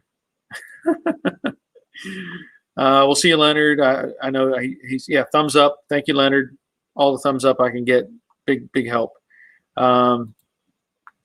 Boondocker, remember when if you didn't know how to cobble repair your car, you wouldn't be able to get home? Yeah, when we were young, exactly. That is very true. The Concours guys would go crazy for that motor. I agree. He's talking about that engine that Denny has. It's basically a brand new from the 60s. Jorge, JC Ponies? CJ Ponies has a kit, 1400 electric power steering conversion kit. Okay. Art Man, I clear the nozzle with a quick spray upside down. Yeah, I do too, but I think he's referring to more about maybe how it settles and doesn't want to spray back up through the nozzle. So, but I do that too. Kevin, I need to send him my 66 T-Bird. Yeah, you might be able to. Maurice Needham. Hi, guys. Regarding weld through primer, 3M have channel on YouTube. They demonstrate it. Surprisingly, they state you shouldn't weld through it. They say you should sand the primer off the surface. Weird. That is really kind of bizarre. What's the point of having a weld through primer if you're not supposed to actually weld through it? Makes you wonder if it's worth it. Because I know I weld through it all the time and I burn it in, you know. So I can't really comment on that, but I'm glad you brought that up. Roger, thanks, Denny. Yes, thank you, Denny, for being on. I'm looking forward to having Denny on again sometime and seeing updates on his cars or the current car he's working on.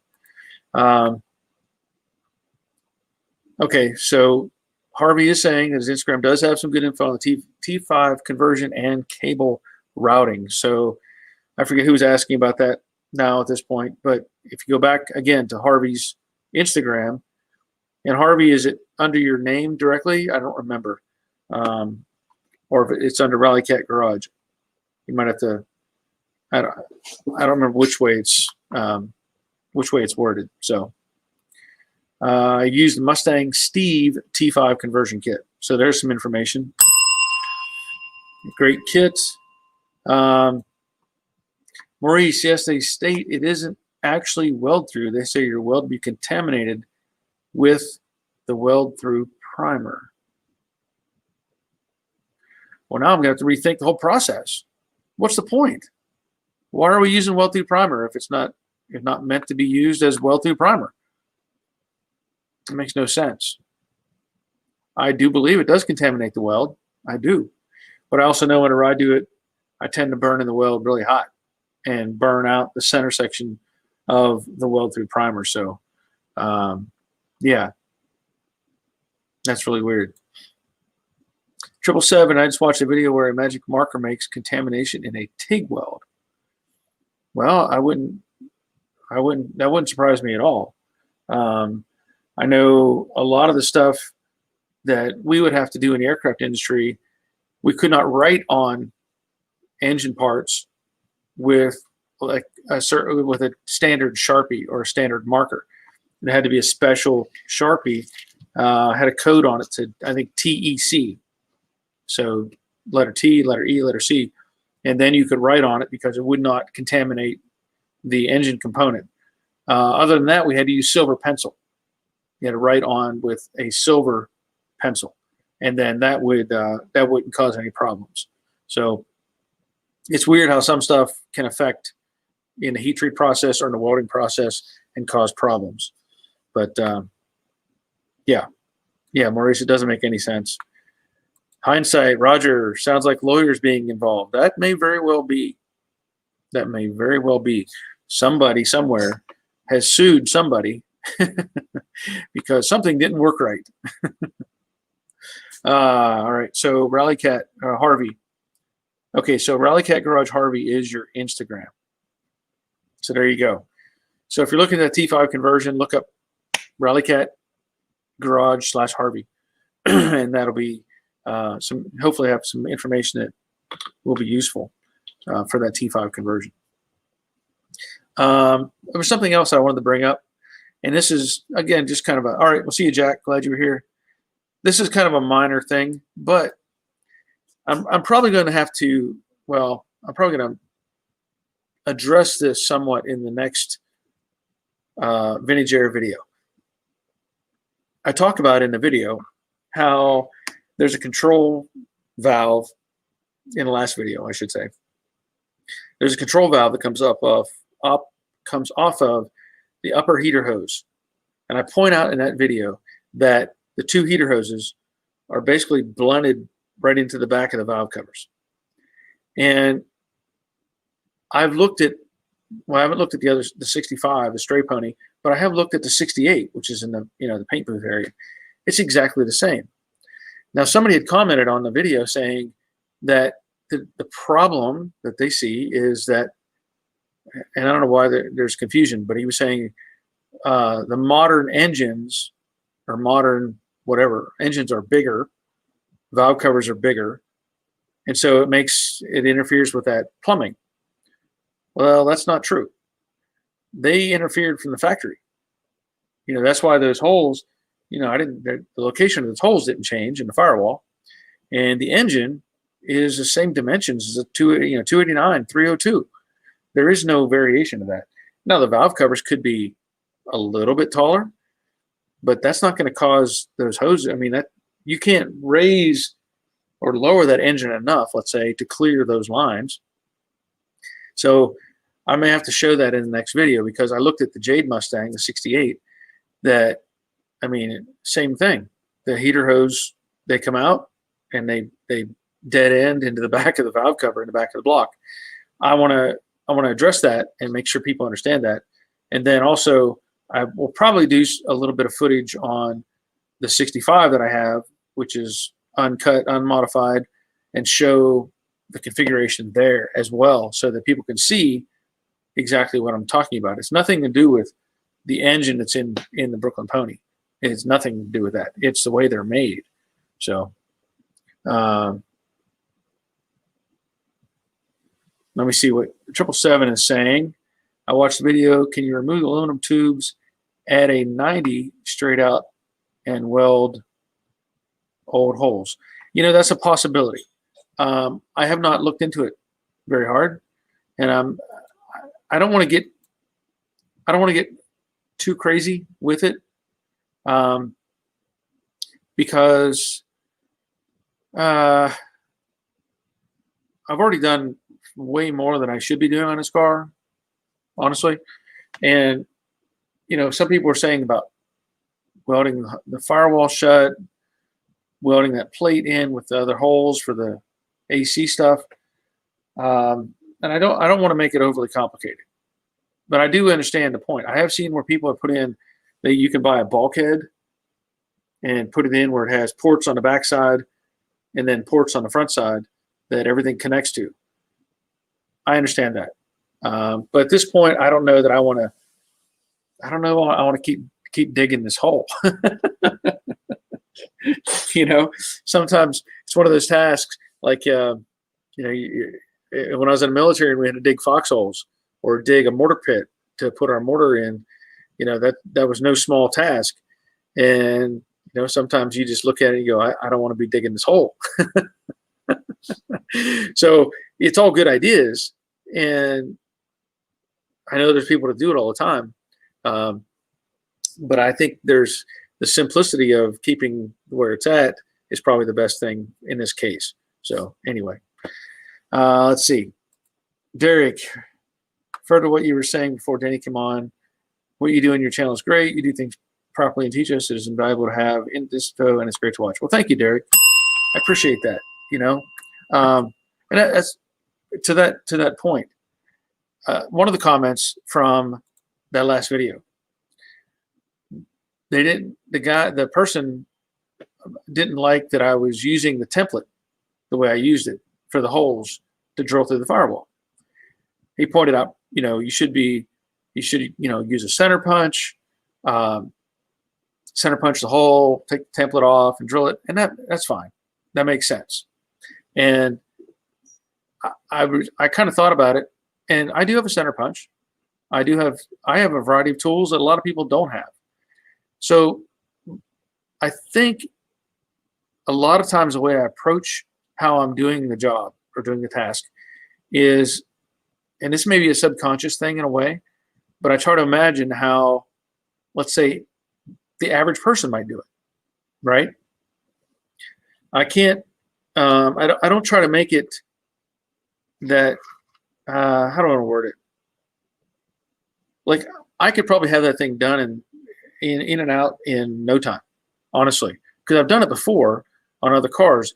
But the value in what, like you're saying, Derek, is I try to approach it sometimes like from somebody who's never done it before. Does that make sense? Because it's easy to show something like they do on TV and just knock it out, be done with it. Say, look, it's all done. Here it is. This is all you have to do. Boom, boom, boom. Well, it's like earlier, David and Cheryl were talking about the bolt holes or bolts, or move it out of the under the dash. And it's really hard to give an answer to that, because someone would just say, well, just take the bolts out. Well, that doesn't answer the question. It doesn't help.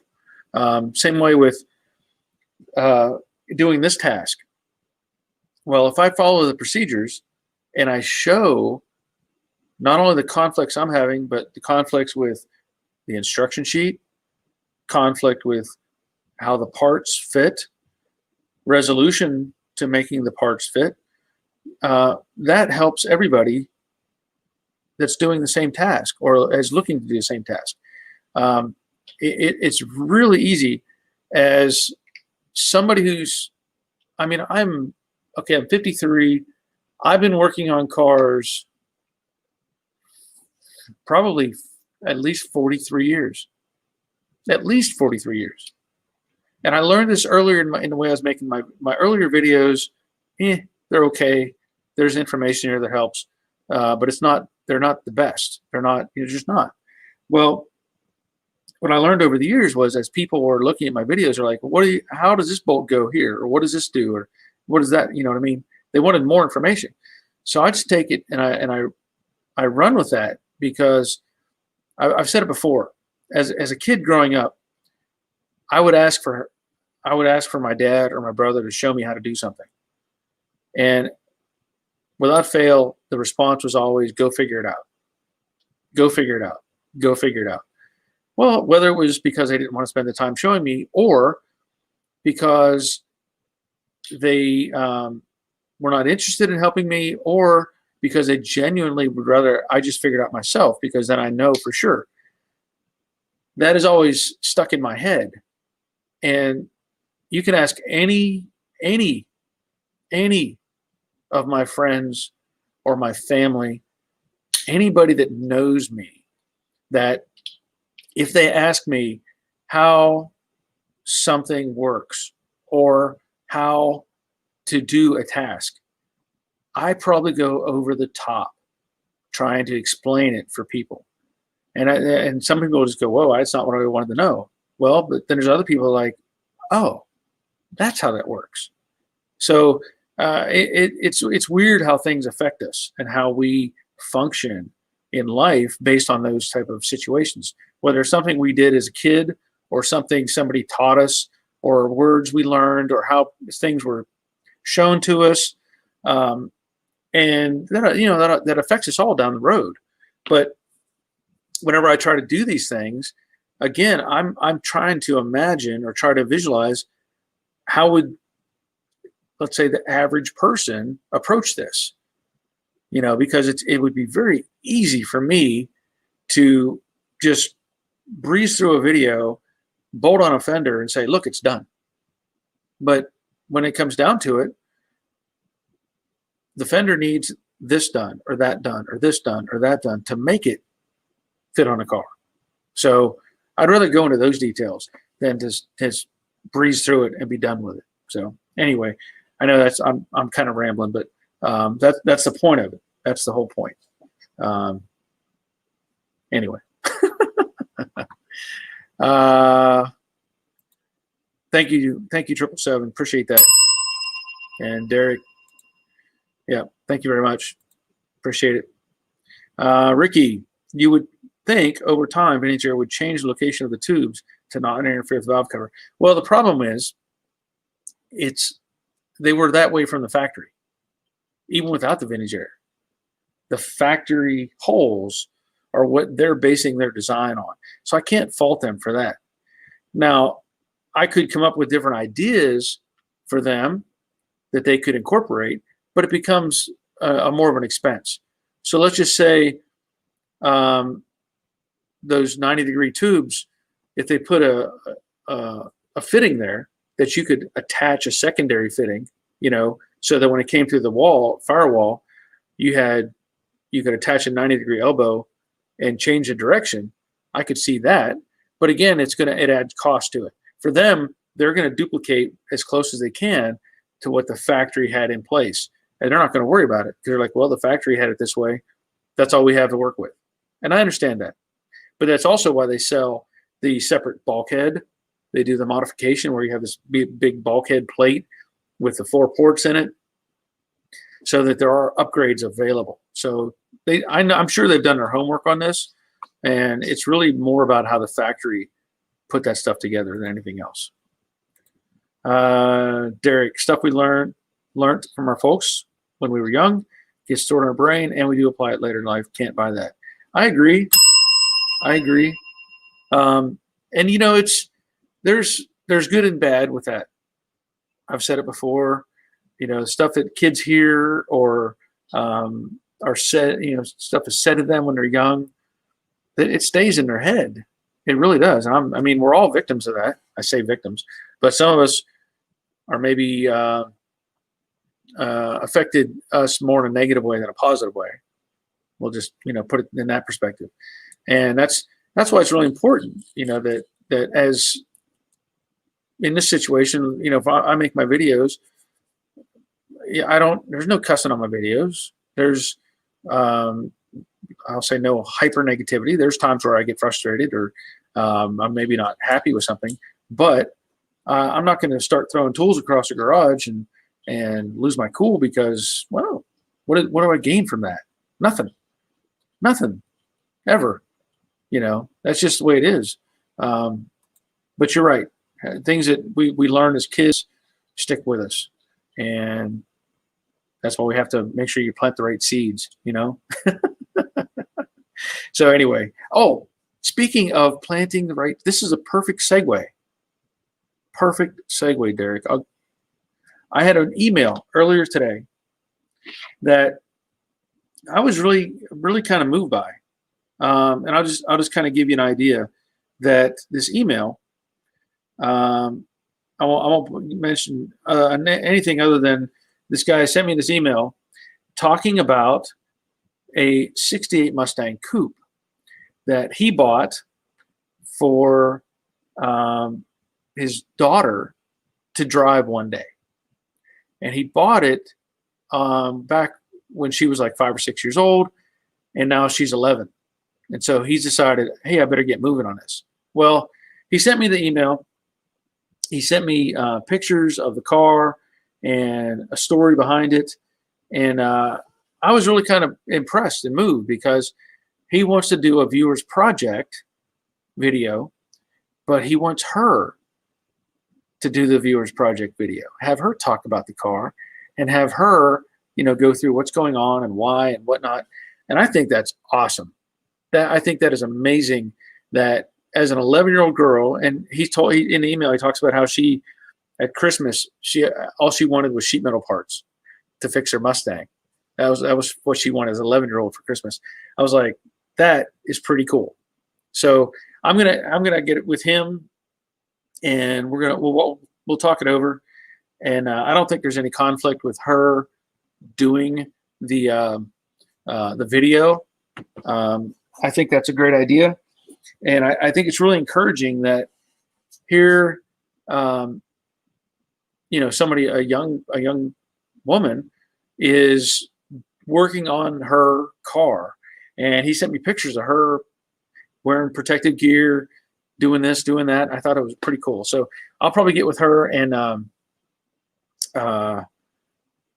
or get with them and have them, figure out a video. I think that would be really cool.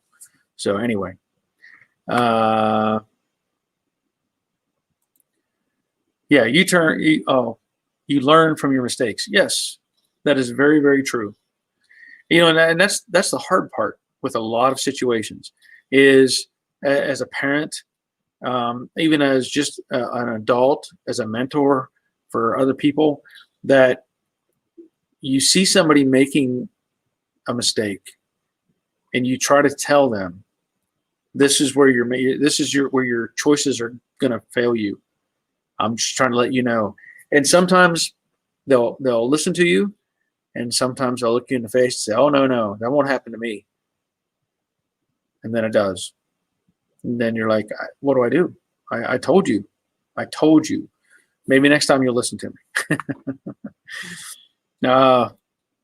Derek, then we pass it on to our kids, just like the when you have a sip of coffee. Yep, exactly. So my grandson, just little things you see, and everything that we've learned. Jorge, the devil's in the details. Do a great job showing how to DIY. You will feel like, yes, I can do this, and I don't need to spend a ton of money on tools. Yes, exactly.